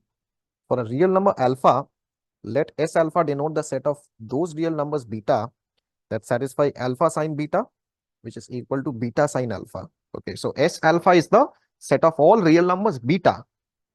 Okay, those means the set of beta which is satisfying this equation, only the beta solutions. Then which of the following statements is true? So first of all, we are having this equation alpha sine beta is equal to beta sine alpha. So we can rewrite this thing. We can rewrite this thing and write this as sine of alpha by alpha is equal to sine of beta by beta. Okay, for some alpha and beta, for some real number, because they have said alpha and beta are real number. We are having this thing. So here the concern function is what? Concern function is sin x by x, let's say. Our concern function is, let's say, sin x by x. Fx is sin x by x. So next we are going to deal with this function. Here I have plotted the graph of sin x by x, but how do we draw this graph? Just roughly I'm drawing the graph over here. Sin x by x graph should be known to you. These graphs are standard graphs taught in class itself. You draw the asymptotes over here. Asymptotes will be somewhat like this, like this, like this, and then we have like this. Or using basic curve sketching, you can draw the graph. You all know this thing, that limit x tends to 0, sin x by x is what, 1. So the graph will definitely pass through like this. The graph will be somewhat like this. The graph will oscillate like this, and so on. The graph will oscillate. Also, sin x by x is what, an even function. So the graph will, the symmetry of this graph will be taken about the y-axis like this. The symmetry of this graph will be taken about the y-axis like this. This is the way how should we should draw the graph of sin x by x. Okay. Anyways, but I have given a much more clear-cut diagram over here. Okay, let's focus on this diagram now. So it's easier for me to explain as well. For any alpha, S alpha is an infinite set over here. For the first option, it's saying that for any alpha, S alpha is an infinite set. Is this true? Let's say, for instance, if we consider one alpha over here, let's say somewhere over here, I am taking this alpha. Okay. So from here, you will get the, once you take this alpha over here, you'll get the function value as sin of alpha by alpha. This is the graph of sin x by x. Okay. This is 1. So if you take alpha over here, so function value of this will be sin of alpha by alpha. Okay. So somewhere over here, we are having the function value of sin of alpha. Likewise here. Similarly, in the same height, if we consider one beta over here, in the same height, if we consider the beta over here, for some beta, you will be getting sin of beta by beta. The function value will be here, sin of beta by beta for some beta. So both of them are at the same height, you can see. Both of them are in the same height. Okay. So for one value of alpha, we can definitely get one corresponding one value of beta. So set is not infinite. This much we can say. The set is not infinite. S alpha set is not infinite. For one corresponding alpha, we can definitely get one corresponding beta. So S alpha is an infinite set is wrong. Okay. Now the next one. The next one says S alpha is an infinite set if and only if alpha is not an integer multiple of pi. Okay. What if alpha is an integer multiple of pi? What if alpha is n pi, let's say, where n belongs to z? Okay. What if alpha is n pi, where n belongs to z? In that case, you will be having sin of alpha times of sin of beta will be what, 0. In that case, beta will be n pi. In that case, beta will be n pi. And in such case, I think beta will be infinite set, right? Because for you will be getting many such horizontal lines over here for which you will be having infinitely many solutions over here. Likewise here, this line will be the case. You will get many such points for which this graph will cut this line actually, right? This way, here. So there will be infinitely many such points over here. Okay. So this beta will be an infinite set over here. So what we are proving, what the option is saying, S alpha is a finite set if and only if alpha is not an integer multiple of pi. What we are proving, if alpha is integer multiple of pi, then beta, which is S alpha, is an infinite set. So definitely, this is just the opposite thing. So this must be true, but let's see the other options as well. Okay, option B is only correct, but let's see the remaining options as well. Now, if option B is correct, so definitely D will be also wrong. D will be definitely wrong because it's saying that S alpha is always finite. Here, S alpha can be infinite as well. Just now we have seen when alpha is n pi, S alpha is infinite. Okay, this is an infinite set. So definitely, in such case, S alpha infinite is possible. Okay, now coming down to option C, this says that there are infinitely many numbers alpha for which S alpha is the set of all real numbers. Okay. Now here, in this case, it's saying that there are infinitely many such numbers alpha for which S alpha, the set of betas basically, are the set of all real numbers. So likewise, for instance, if you take the horizontal lines over here like this, you will get the point of intersection. You will definitely get the point of intersection over here. But here S alpha will not always be the set of real numbers. Okay. You will definitely get the point of intersection over here. But the thing is, S alpha will not be the set of real numbers always. So definitely option C is wrong. Only option B is correct. Next, we have this question. The matrix A is given 1, 1, 0, I, and A raised to the power of 2018 is given to be ABCD matrix. We have to find what is A plus D. So in simple words, we need to find what is A to the power of 2018. And normally what we see for these kind of questions, after doing a bit of calculations, we'll find that either we'll get null matrix or I or kind of thing. Okay. Or we'll get some pattern for which we can generalize for larger values actually. Right? That's how we solve these kind of questions. These are very common questions in JEE mains also. We keep on multiplying for some values. For the initial, let's say 2 or 3 values we calculate, and then we'll see that then we'll get some pattern from which we can conclude actually. So similarly, same thing goes for here. Like here we are having A. Similarly, we'll find out what is A square. It's easy thing to find what is A square. A square will be this 1, 1 plus I, 0 and minus I, minus 1. Similarly, we'll find what is A to the power of 4. Once you find what is A to the power of 4, you will see that similarly you can find A cube as well. A cube will be what? A times of A square. You will find what is A times of A square. You can verify. You will get some matrix over here. Okay. The moment you find what is A to the power of 4, A square times of A square will give you I actually. Once you find what is A square times of A square, you calculate this thing, you'll get something like this, and then you will end up getting 1001, which is the identity matrix. So for the very first time, you will verify this thing. Once you do the calculations on your own, you will see that A to the power of 4, for the first time, A raised to the power of 4 will be I. If A raised to the power of 4 is I, so you can directly now from here calculate A to the power of 2018, because we can write this as A to the power of 2016 multiplied by A square. So A to the power of 2016 is a multiple of 4. So any multiple of 4 raised to the power of something, or something raised to the power of multiples of 4 in the powers. So which is I only. I raised to the power of 2016 will be I only, right? So here we are having I times of A square. So we can write this as I times of A square, which is nothing but A square only. Okay. And what is A square? A square is 1, 1 plus I, and 0 and minus 1. Fine. Now they have asked to find what is A plus D. So A plus D will be 1 plus minus 1. So 1 minus 1, which is 0. Option B is correct. This was a very simple question. The straightforward question and a very simple JEE type question, you can say. Next, we have question number 21, which says that let F such that R2R and G such that R2R be two functions. We have two statements.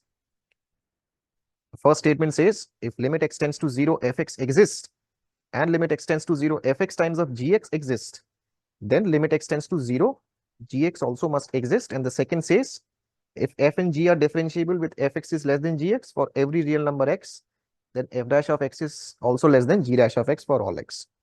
Okay, so we have to say that which of the following is true or false. We have to analyze these two statements. Okay, let's see what we get from these two things. First of all, let's focus on the first statement. The first statement says that if limit x tends to 0, fx exists, and x tends to 0, limit x tends to 0, fx into gx exists, then gx also must exist. This is not necessarily true, because if limit x tends to 0, fx is 0, let's say, if this limit is 0, then even if limit x tends to 0, gx does not exist. Let's say limit x tends to 0 minus gx is left hand limit is different, let's say L, and the right hand limit x tends to 0 plus gx is basically R, let's say. Okay, where here L is not equal to R. Even if these two are different, then also we can say limit x tends to 0, 0 times of L will give you 0. The left hand limit for this will once again will give you 0. And similarly, the right hand limit will be also 0 times of R, which will be 0. So in both the cases, the limit will exist for fx into gx as well, even if gx does not exist. Okay. In both the cases, this will be 0. So definitely option statement 1 is false, right? Statement 1 is false. Now coming down to statement 2. Statement 2 says that f and g are differentiable function with fx is less than gx. So you take two differentiable functions where fx is less than gx, then f dash of x is also less than g dash of x. This is not necessarily true, because let's say, for instance, we consider two graphs over here. One graph is of the graph of e raised to the power of minus of x, and then we consider the graph of, this is e raised to the power of minus of x. We take two functions such that fx is less than gx. So this is one function, e raised to the power of minus x. Then minus of e raised to the power of x will be somewhat like this. This is minus of e raised to the power of x, right? Y is minus of e raised to the power of minus x. Why we are taking these two functions, you will see here fx is less than gx, right? Let's say if this is fx and this is gx, let's say. Okay. So here fx is less than gx. The graph of fx lies below the graph of gx. So now once you differentiate this thing, what is the speciality of this thing? Once you differentiate this, differentiation of g dash of x, gx basically is g dash of x, which is minus of e raised to the power of minus x, which is fx, right? And differentiation of fx, which is f dash of x, is minus minus plus, so we have e raised to the power of minus x. So differentiation of g dash of x is fx. Can you see this? And here we are having differentiation of fx, which is gx over here. So here, just now we have seen here fx is less than gx, right? But the differentiation, g dash of x is less than f dash of x, right? Because fx is less than gx. Here you are getting g dash of x is less than f dash of x. So this is a counter example actually, right? So definitely statement 2 is also false. So both of the statements are false. Both P1 and P2 are false. Option B is correct. Okay, next we have this question from trigonometry. The number of solutions of this equation sine 7x plus sine 3x is equal to 0 is how much? In between x lying from 0 to 2 pi. So we have a very simple question. We have sine c plus sine d. So we can simply use the formula for sine c plus sine d. What is it? 2 sine c plus d by 2 into cos c minus d by 2. So we'll end up getting 2 sine c plus d by 2. So 10x by 2, which is 5x, and 4x by 2, which is cos of 2x, is equal to 0. So either sine 2x is 0 or cos 2x, sine 5x is 0 or cos 2x is 0. Okay. So from here, either sine 5x is 0 or cos of 2x is 0. And we'll simply see the solutions from here. So if x is lying in between 0 to pi, x is lying in between 0 to 2 pi, so 5x will lie in between 0 to 10 pi. So now we simply count it from here. So what are the possible values of 5x? So 5x is 0 where? 5x is 0 where? 5x is 0 for 0, pi, 2 pi, and this will go up till 10 pi. So x is what? X will be 0, pi by 5, then 2 pi by 5, and so on. This will go up till 2 pi. Okay. Similarly, cos 2x is 0. So when x belongs to 0 to 2 pi, 2x belongs to 0 to 4 pi, right?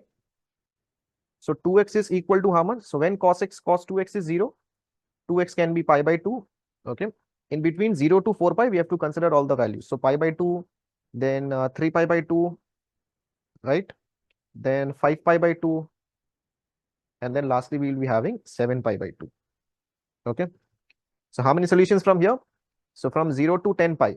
So total 11 solutions from here. And then we have similarly, how many are there? 1, 2, 3, 4. So 4 solutions from here. Okay. So total 11 plus 4, 15 solutions will be there. Option C is correct. Okay. Next we have question number 23, which says that a bag contains some candies. 2/5 of them are made of white chocolate and the remaining 3/5 are made up of dark chocolate. Out of the white chocolate candies, 1/3 are wrapped in the red paper. The rest are wrapped in blue paper. Out of the dark chocolate candies, 2/3 are wrapped in red paper and the rest are wrapped in the blue paper. If a randomly selected candy from the bag is found to be wrapped in red paper, then what is the probability that it is made up of dark chocolate? Okay, so first we are having a bag. From this bag, 2/5 of them are made up of white chocolate. Okay, we are having some candies in the bag, out of which 2/5 of them are made up of white chocolate and the remaining 3/5 are made up of dark chocolate. So 2/5 are found to be white chocolates and 3/5 are found to be dark chocolates. Okay. Now, out of these white chocolate candies, 1/3 are wrapped 1/3. 1/3 are wrapped in red paper and the rest are wrapped in blue paper. So 1/3 out of these white chocolates, okay, 1/3, 1/3 chocolates are wrapped in red paper, right? And the remaining means 2/3, right? 2/3 is wrapped in blue paper. So by this time, I think you have got this. This is a question of Bayes theorem. Similarly, the remaining dark chocolates also, out of the dark chocolates, 2/3 are wrapped in red paper. So 2/3 are wrapped in red paper and 1/3, the remaining ones means 1/3 is wrapped in blue paper, right? If a randomly selected candy from the bag is found to be wrapped in red paper, then what is the probability that it is made up of dark chocolate? So what do we have to find? The probability of getting a dark chocolate provided it is found in a red wrap paper, right? We have to find the probability of getting a dark chocolate given that it is found in a red wrapped paper. Got it? So what is it basically? First, in the numerator, what are we supposed to take? The probability of getting a dark chocolate from a red wrap paper, right? Means this thing, dark chocolate from a red wrap paper. This is the required probability, this product. The probability of getting a red wrap paper from a dark chocolate. So which is 3/5 times of 2/3. So this will come in the numerator. This probability will come in the numerator. And the total cases are taken in the denominator, right? The total probability is taken in the denominator. Means basically the probability of getting white chocolate with red wrap paper or the probability of getting dark chocolate with red wrap paper. So which is 2/5 probability of getting a red chocolate, white candy with a red wrap paper. So 2/5 times of 1/3. This product 2/5 times of 1/3 plus probability of getting a dark chocolate with a red wrap paper. So 3/5 times of 2/3. So we calculate this thing, we'll get the answer. So the numerator is what? 6/15. And in the denominator, we are having 2 plus 6, which is 8/15. So we have 6/8, which is 3/4. Option B is correct. Okay, next we have this question which says that a party is attended by 20 people. In any subset of 4 people, there is at least one person who knows the other 3 persons. Suppose there are 3 people in the party who do not know each other. How many people in the party know everyone? So let's say, for instance, we are having 3 people over here in the party who do not know each other. And then the remaining 17 others, because the party is attended by 20 people and there are remaining 17 other people who are attending the party. These are the people who do not know each other. Now, suppose we consider among these 17 people, we consider there are 2 peoples actually. Among these 17 people, let's say there are 2 people, say, who do not know each other. So we have to create a subset of 4 people next. What I do, I create a subset of 4 who do not know each other. I create a subset of 4 people who do not know each other. So in what sense? Let's say A, B, P1 and P2. I create a subset of 4 people who do not know each other. Fine. So here A does not know B, okay, and P1 does not know P2. Fine. Because P1, P2, I have considered P1, P2 in such a way such that they do not know each other. So A does not know B, P1 does not know P2, Similarly, P2 does not know P1 and B also does not know A. Fine. So here this will contradict the fact that in any subset of 4 people, this will contradict this fact. If A does not know B and P1 does not know P2, similarly P2 does not know P1 and B does not know A. So definitely this will contradict the fact that in any subset of 4 people, there is at least one person who knows the other 3. This will contradict this fact. Okay. So we cannot have 2 people who do not know each other. Right? This will contradict this fact only. So we cannot have 2 people over here who knows each other. Okay. Fine. So all 17. So what we can say from here, all the 17 must know each other. Here, if there are no 2 persons who do not know each other, we cannot have 2 people basically who do not know each other. So definitely here, all 17 persons must know each other. Then only this condition will get satisfied. So definitely, how many people in the party knows everyone? So all the remaining 17 people will know everyone. Okay, next we have this question from number theory, which says that the sum of all natural numbers A such that A square minus 16A plus 67 is a perfect square is what? So we have to find all the natural numbers A such that A square minus 16A plus 67 is a perfect square. Okay. So now what I do, I try to bring this into completing squares. Let's see. So once I factorize, this is a quadratic, so we try to bring this into completing squares. So we have A square minus of 16A plus 67. So we can write this as A square minus of 2A into 8 and plus 64 and plus 3. So that this thing will become 8A minus 8 whole square plus 3. Okay. Now we want this quantity to be a perfect square. So let's say this is equal to n square. So we can say from here that A square, A minus 8 whole square minus of n square, or more specifically, let's adjust this minus as well. So we can say that n square minus of A minus 8 whole square is equal to 3. So we are having the difference of 2 squares is given to be 3. Okay. So we can simplify this and write the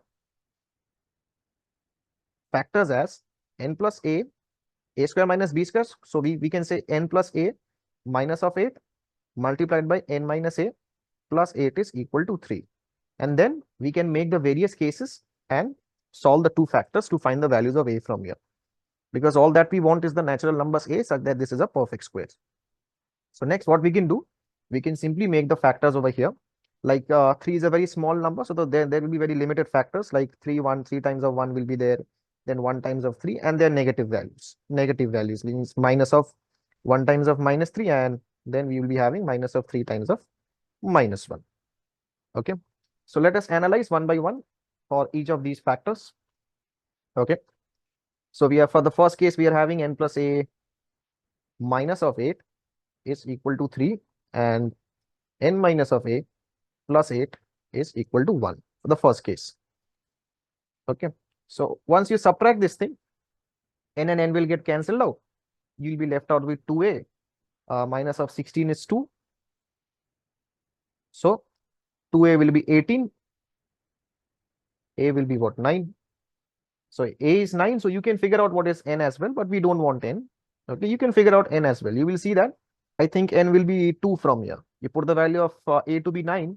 So 8 minus 9 here will be a minus 1. So n will be 2 from here. So once you put the value of A to be 9, you will see that the perfect square will give you 2, n to be 2, n square, you will get 4 square, means 2 square 4, you will be getting 4. You put the value of A to be 9 over here, you will see that the result will be 4. Okay.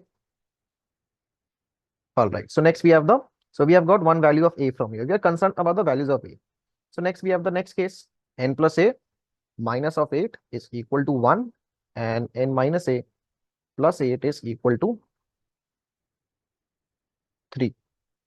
So once again you subtract this thing. So here we will be having 2A, and minus of 16 is equal to 1 minus 3 minus 2.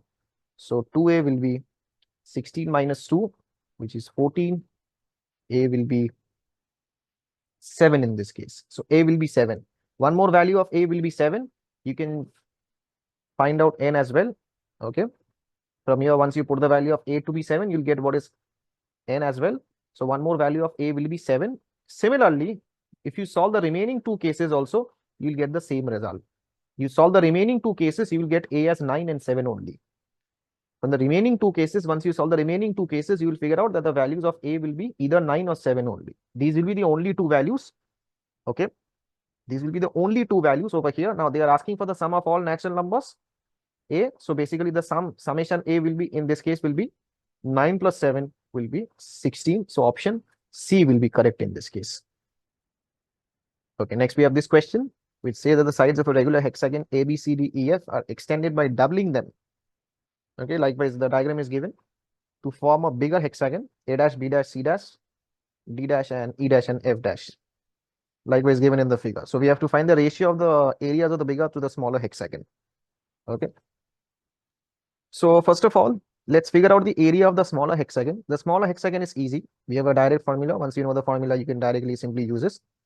So let's say if the side lengths are A basically, so we can figure out the area of the smaller hexagon. Area of smaller hexagon will be how much? So 6 times of root 3 by 4 A square directly. 6 times of root 3 by 4 A square. So this is 3 root 3 by 2 A square. Fine.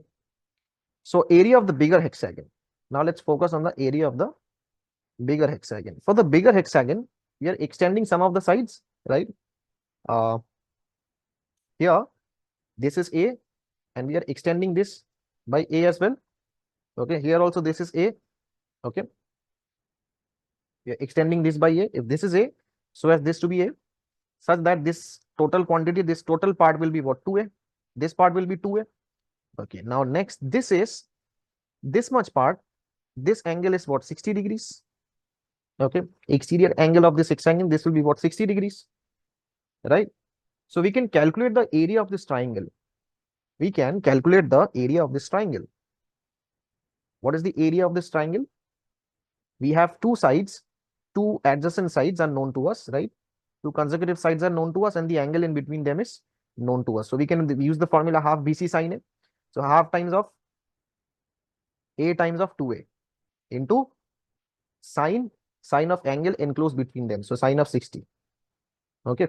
So here 2 and 2 will get cancelled. So we have sine of 60. So we are having root 3 by 2 A square. So this is the area of the, what is this? The area of this triangle. We are figuring out the area of this triangle. So similarly, how many such triangles are there? 6 such triangles are there basically, right? So the total area, okay, this is not the area of the bigger hexagon. Next we calculate, this is the area of one triangle. Okay, so total area of the hexagon, total area of bigger hexagon will be how much? Total area of the bigger hexagon will be 6 times of, because there are 6 such triangles, and then the smaller hexagon. So 6 times of root 3 by 2 A square, and then plus the area of the smaller hexagon, which is 3 root 3 by 2 A square. Okay, so we calculate this thing. So here we are having 6 plus 3, so 9 root 3 by 2. 9 root 3 by 2 A square. Now they're asking to calculate the ratio, this divided by this, because they're asking to calculate the ratios of the areas of the bigger to the smaller hexagon, not to the smaller to the bigger. Okay, bigger to the smaller. So we are having 9 root 3 by 2. So the ratio, required ratio, the ratio will be 9 root 3 by 2 divided by 3 root 3 by 2. So technically this is 9 root 3, and root 3 will cancel out, 2 cancels out, 9 by 3, which is 3. So 3 is to 1. So option B is correct. Okay, next we have this question which says that between 12 noon and 1 p.m. there are two instants where the hour hand and the minute hand of a clock are at right angles. The difference in minutes between these two instants is what? We have to calculate the difference in minutes between these two instants.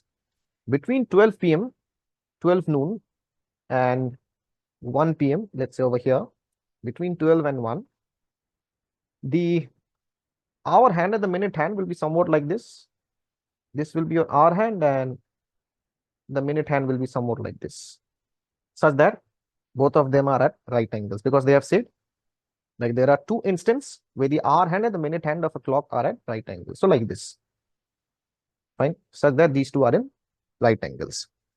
And then once again, after some time, again this will be in the right angle. This will, the hour hand will get shifted by some angle over here. Okay, our hand will get shifted like this. Okay, and then the minute hand will come over here, somewhat like this. The minute hand will come over here, such that these two are in right angles. These two are in right angles. Fine. That's how we'll have the case. So here we are having two instances where the hour hand and the minute hand of the clock are at right angles. We have to find the difference in the minutes between these two instances. Okay. Now suppose how much rotation is made by the minute hand?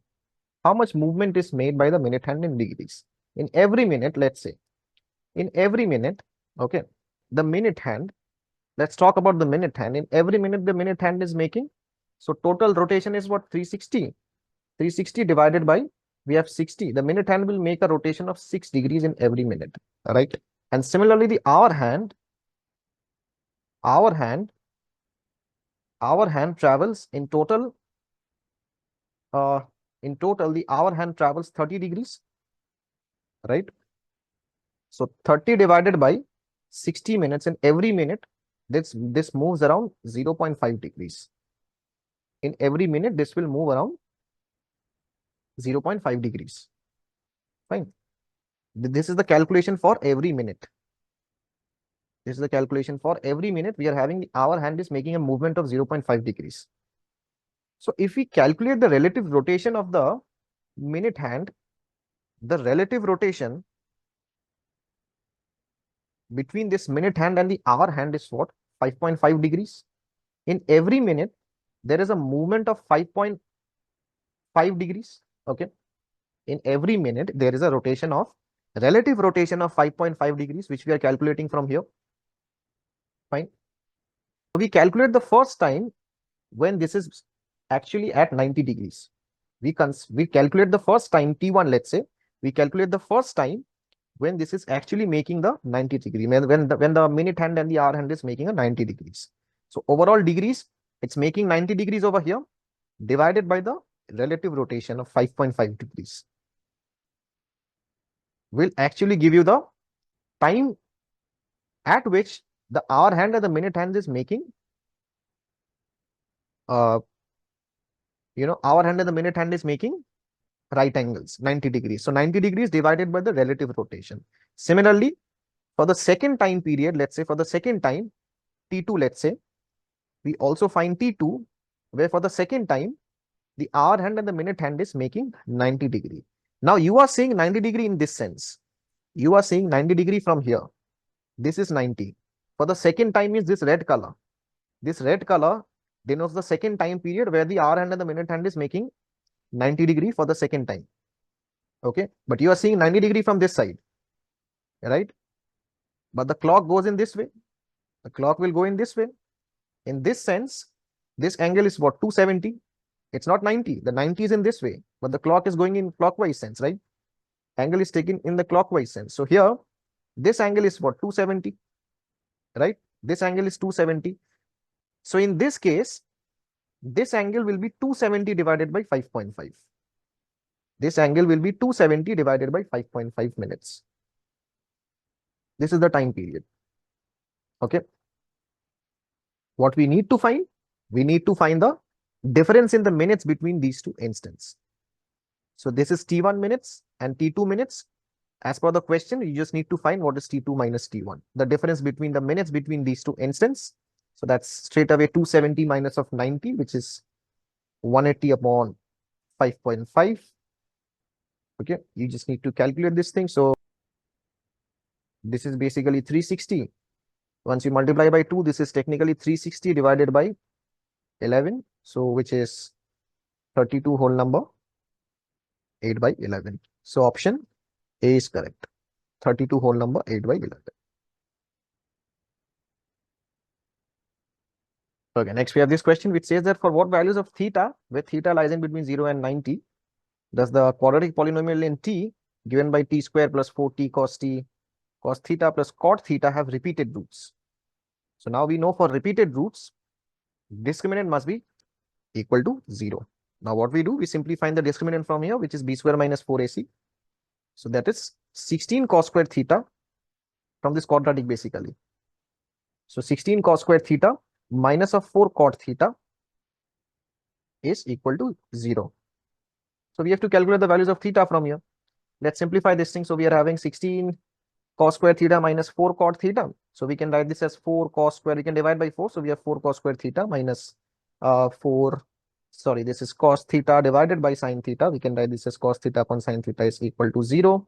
Now, can cos theta be cancelled from both the sides? Or rather, can we divide by cos theta? Definitely, yes, we can divide by cos theta here because cos theta is not 0 in this case, because if cos theta is 0, then theta is what one of the value of theta can be what pi by 2, but here the restriction is theta lies strictly in between 0 and pi by 2. So theta cannot be pi by 2, right? So one of the cos theta can be cancelled from here. So we are left out with 4 cos theta.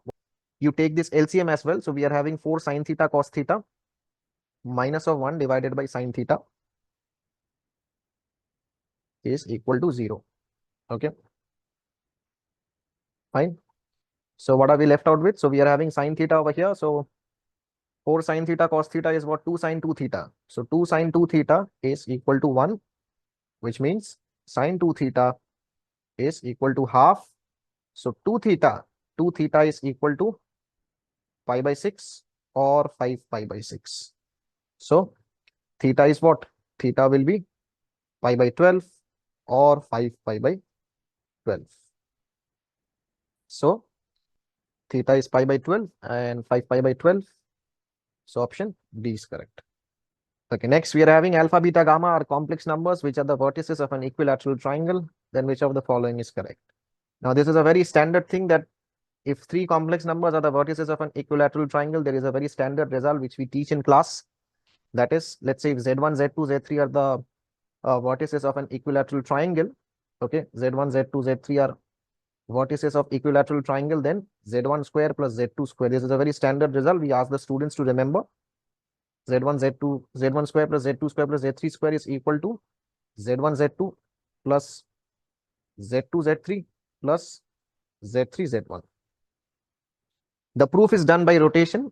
Okay, you can see the complex number, lecture of complex number, to see the proof of this theorem. Actually, we prove this using rotation.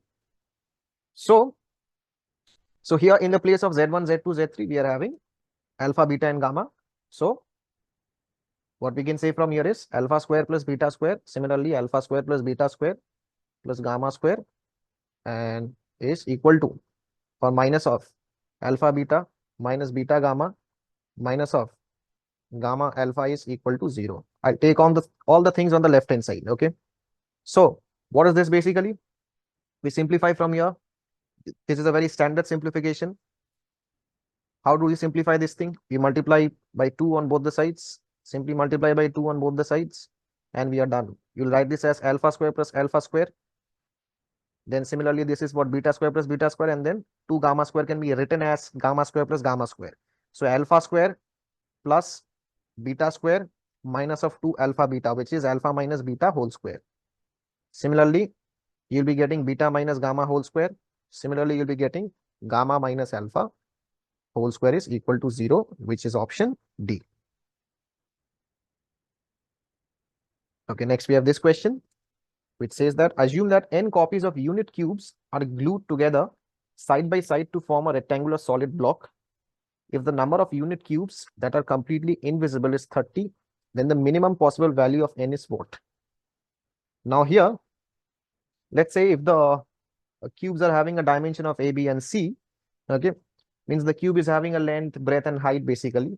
So if you consider the length and breadth and height to be a, b, and c, let's say, then first of all, as per the question, as per the statement, a times of b times of c is equal to n, because there are n copies of unit cubes which are glued together side by side to form a rectangular solid block. So if the block is having a length, breadth, and height to be a, b, and c respectively, so we can say a times b times c is equal to n from here. This is what we can say from the statement. Now, Once you are filling up these blocks over here, okay, once you are filling up all of these things, you will see that there are certain blocks, or there are certain, certain unit cubes. Unit cubes are basically cubes which are of unit lengths, okay, unit dimensions, you can say, one dimension. So there are certain blocks. You will figure out that there are certain cubes which are visible. There will be certain cubes which are not visible. Which those cubes which are not visible, they have given that the number of cubes that are completely invisible, which are not visible, is 30 actually. Okay. So we have to find the dimension after removing the first initial layers for the cubes which are not visible. Okay. You have the box over here. You have the box over here like this. Okay. There are some cubes over here which are not visible. You're filling up this with the cubes and all. Okay. You're filling up with the cubes and all. There are the initial first front cubes are visible. Okay. But if you remove the first layer, don't consider the first layer. After the first layer onwards, the cubes which are inside those layers are not visible. Those cubes are not visible. So in that case, what is the dimension? The dimension will simply change to a minus 2. Just remove the layer, the first layer, initial layers, okay, from here, and from the remaining side. So we'll be having b minus 2 and then c minus 2. In that case, the dimension will be a minus 2, b minus 2, and c minus 2, which is equal to, and this is also equal to 30. That's what they have given. The number of unit cubes that are unit completely invisible is 30. So this is given to be 30. Now 30 is a very small number, so we can check using a factorization. So once we factorize this thing, so there are lots of ways to factorize. So let's factorize with the basic things, because we have to minimize this, right? We have to minimize these things. We have to find the minimum possible value of n from here. Okay. So if we factorize 30, which is 2 times of 3 times of 5 in this way, so in that case, what is a? ABC. ABC will be 4, 5, and 6. ABC will be what? 4, 5, and 6. Sorry, 4, 5, and 7. Right? So in that case, n will be how much? In that case, n will be 4 into 5 into 7, which is 140. Okay. So this is one way of factorization where n is 140. We are also having 140 over here. Okay. Now let's see, is there any other minimum value possible? If I take the factorization in this way, 2 times of 3 times of 5, let's say for instance, if I consider the factors in this way, I consider this 30 to be, I consider the 30 to be written as, 30 can be written as 2 times of 3, 6. 6 is one factor. So we can write this as 1 times of 5 times of 6. So if I write it in this way, then ABC will be how much? ABC will be, A will be 3, B will be 7, and C will be 8. So 3, 7, 8 in this case. So you'll see that 7 and 7 is remaining constant over here. 4 and 5 is getting, 4 is getting changed to 3 or something. 5 is getting changed to 8. 7 is constant. 7 is over here also. We are having 7 over here as well. But in such scenario, in this case, you will figure out that n is basically increasing over here. N is not 140. N will be 168 in this case. 3 times 7 times 8 will be 168. N will be 168. Now for any combination, you will see that for any combination, let's say even if you combine 15, 3 times of 5, okay, 1 times of 15 times of 2 in this way. If you combine the remaining others, you will see that for any combination, only 140 will be the lowest one. 140 is the lowest one. For the rest of the combinations, this will simply increase. 140 will be the lowest combination. This is the lowest minimum possible value you will find from here. So option C is correct.